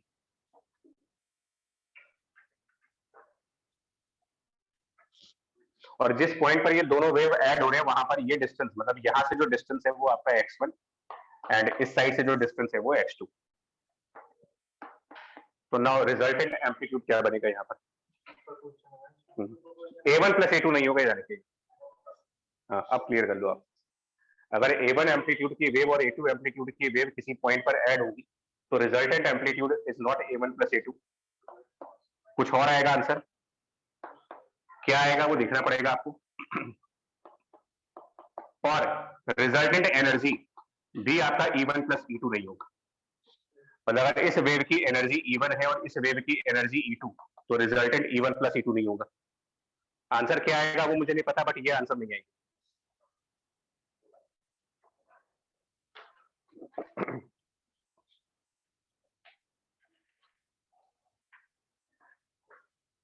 तो लगाओगे सुपरपोजिशन, और सुपरपोजिशन कैसे लगेगा वो देखिए। यहाँ पर वेव 1 की इक्वेशन क्या लिखेंगे डेरिवेशंस के हिसाब से, अगर वहां पर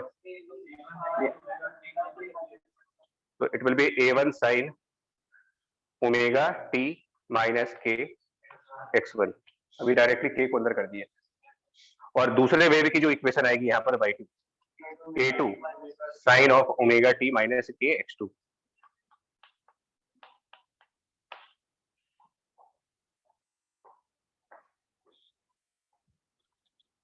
तो रिजल्टेंट डिस्प्लेसमेंट अगर हम कैलकुलेट करेंगे सुपरपोजिशन प्रिंसिपल के हिसाब से, तो रिजल्टेंट डिस्प्लेसमेंट की वैल्यू लिखी जाएगी y equal to y1 plus y2। Displacement में काम करता है ये चीज, डिस्प्लेसमेंट ऐड कर सकते हो, एम्पलीट्यूड ऐड नहीं कर सकते, एनर्जी ऐड नहीं कर सकते डायरेक्टली।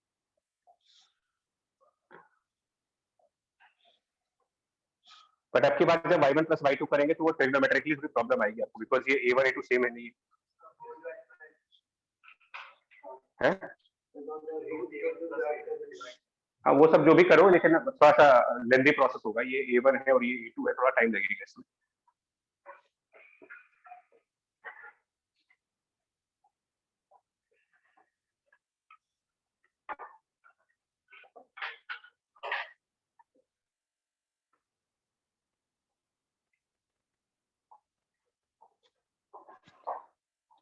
एक इसमें ना कुछ एडजस्टमेंट करने जा रहे, देखिएगा, और ये सब आप मैथ के पॉइंट ऑफ व्यू से कर रहे हैं। ये जो माइनस के x2 लिखा है इसको थोड़ा सा मॉडिफाई कर लें। हमें माइनस के एक्स टू चाहिए, तो उसकी जगह मैं लिख सकता हूं minus K x one plus के एक्स टू, के x one and minus K x to, चलेगा?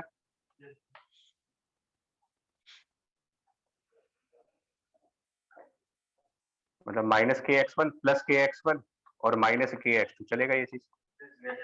थोड़ा सा मतलब रीअरेंजमेंट करने पड़ेंगे।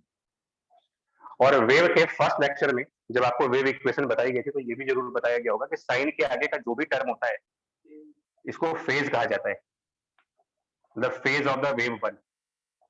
तो इसमें साइन के आगे जो कुछ भी लिखा जा रहा है ये सब कुछ फेज ऑफ वेव टू है।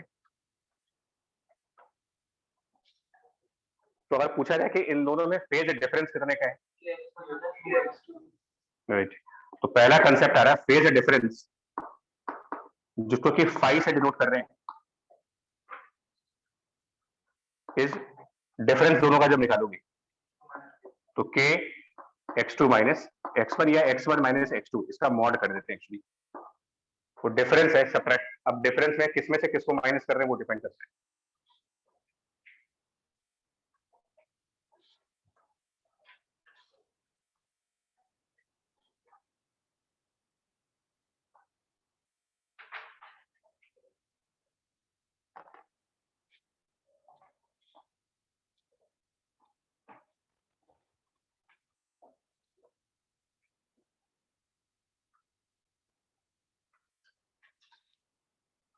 नोट किया? हम हटाते जाएंगे तुरंत, कुछ जगह लिमिटेड स्पेस है, हटाए इसको। तो अगर ये फेज डिफरेंस हुआ तो हम y2 की इक्वेशन को फिर से लिखेंगे। y2 की इक्वेशन को लिखेंगे, it is a2 sin omega t minus K x one and plus five या माइनस फाइव, जो भी है।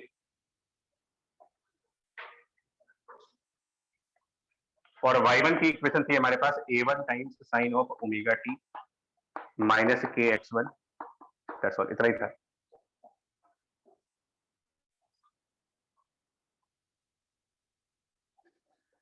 एसएचएम में एसएचएम में कॉम्बिनेशन ऑफ टू एसएचएम जब बताया गया था आपको with some phase difference, combination of two SHM with the phase difference, तो ये कहा गया था कि दोनों के एम्पलीट्यूड को वेक्टर के तरीके से ऐड कर दें अगर, तो रिजल्टेंट एम्पलीट्यूड आ जाता है। फेजर मेथड कहा है उसको। तो नाउ पहला answer, resultant amplitude R, R stand for resultant amplitude, is simply root of a1 square plus a2 square plus 2 times a1 a2 cos phi. This is resultant amplitude.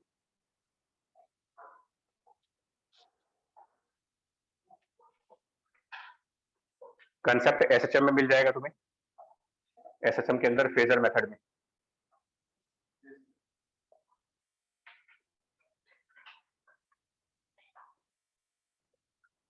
और energy के case में जब जाएंगे तो because हमको लिखना ये पड़ेगा कि जो नेट एनर्जी होगी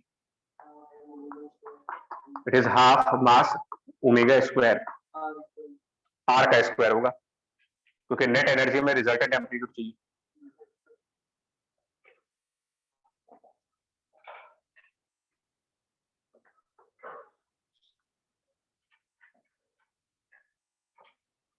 जब आर स्क्वायर करेंगे ना तो उसको मैं थोड़ा सा एक स्टेप वर्बली कर रहा हूँ। आर स्क्वायर के बाद जब half M omega square multiply होगा उसमें, तो ये बनेगा half M omega square A square plus half M omega square A two square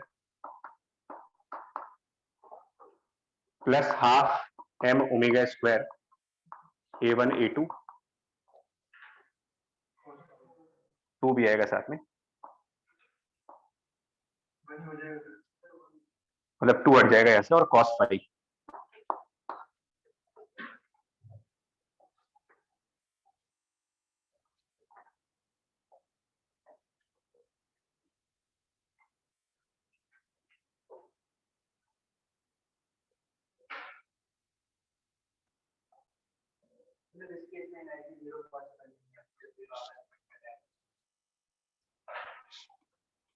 पहले ये बन क्या रहा है देखो, तो पहला टर्म क्या हो गया हमारा इवन, तो पूरा एक्सप्रेशन देखो क्या बन रहा है यहाँ, नेट एनर्जी इक्वल टू पहला term E1 second term E2, but आगे के जो टर्म्स हैं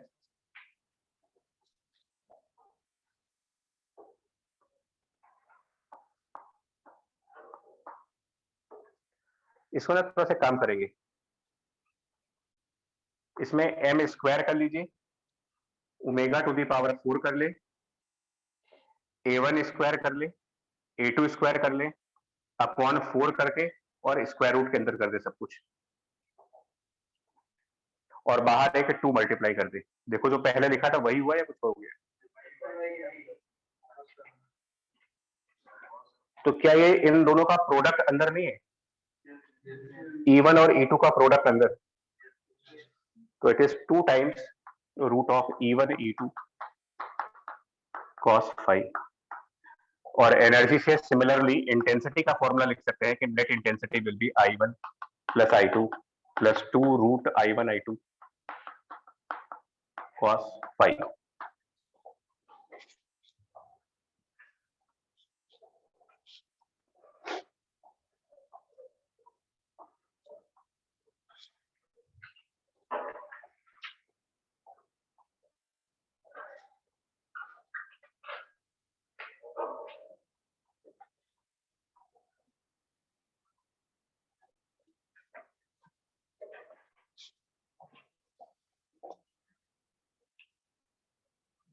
तो अब बताओ कि इस हिसाब से आर की मैक्सिमम वैल्यू क्या हो सकती है और मिनिमम वैल्यू, मतलब मैक्सिमम और मिनिमम एम्पलीट्यूड्स। ये वेक्टर के साथ चलेगा A1 प्लस A2 और A1 का मॉड। इसके ऊपर भी क्वेश्चंस आया करते हैं। मैक्सिमम इंटेंसिटी, नेट इंटेंसिटी की मैक्सिमम वैल्यू, cos phi को 1 रख लो, वो बनेगा रूट I1 और plus root I2 whole square, और मिनिमम के टाइम पर अंदर माइनस हो जाएगा।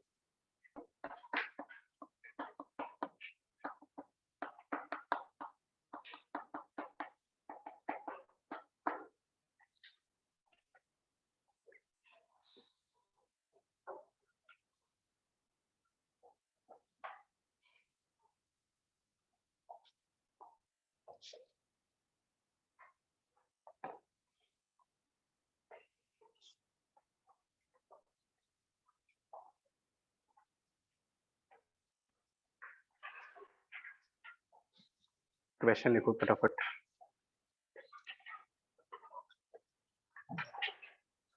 To waves of amplitude ratio, two wave having amplitude ratio 1:4, having amplitude ratio 1:4, interfere at a point, interfere at a point, find the ratio of maximum to minimum amplitude, find the ratio of maximum to minimum amplitude, resultant amplitude। ये चीज बहुत आसान है,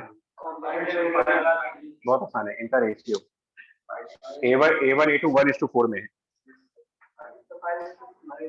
5:3, straight forward. Similarly 1:4 यहाँ पर, 1:4 यहाँ पर, तो जब डिवाइड करेंगे तो 5/3 आ जाएगा। सेकेंडली इसी क्वेश्चन से रिलेटेड है, ratio of maximum to minimum intensity, ratio of maximum to minimum intensity, ratio of maximum to minimum intensity. और कंसेप्ट लगाओ कि इंटेंसिटी एम्पलीट्यूड के स्क्वायर पर डिपेंड करता है, तो मैक्सिमम और मिनिमम इंटेंसिटी का रेशियो मैक्सिमम और मिनिमम एम्पलीट्यूड की रेशियो के स्क्वायर पे आ जाएगा, 25/9 आ जाएगा। एम्पलीट्यूड रेशियो का स्क्वायर कर दो तो वो इंटेंसिटी का रेशियो है, सो एम्पलीट्यूड रेशियो यहां से आ जाएगा और उसका स्क्वायर करेंगे तो मैक्सिमम टू मिनिमम वो आ जाएगा आपका इंटेंसिटी रेशियो।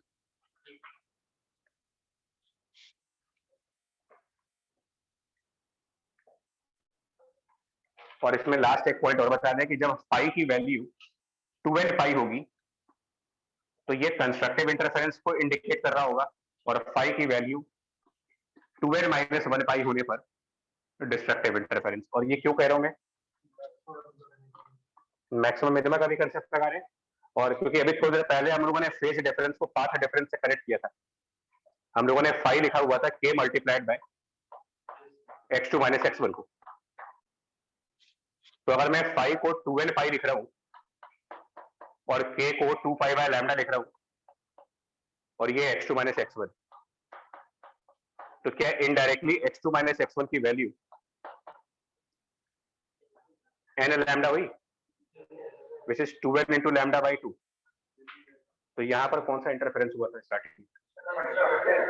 दोनों मतलब एक ही है, चाहे आप ऐसे लिखो चाहे ऐसे लिखो, मतलब एक है, बिकॉज फाई और x2 माइनस x1 के बीच में रिलेशन,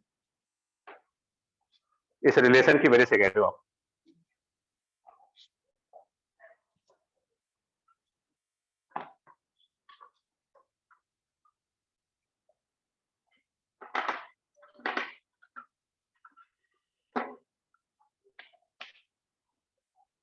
ठीक है जी, चलो इतना ही रखेंगे।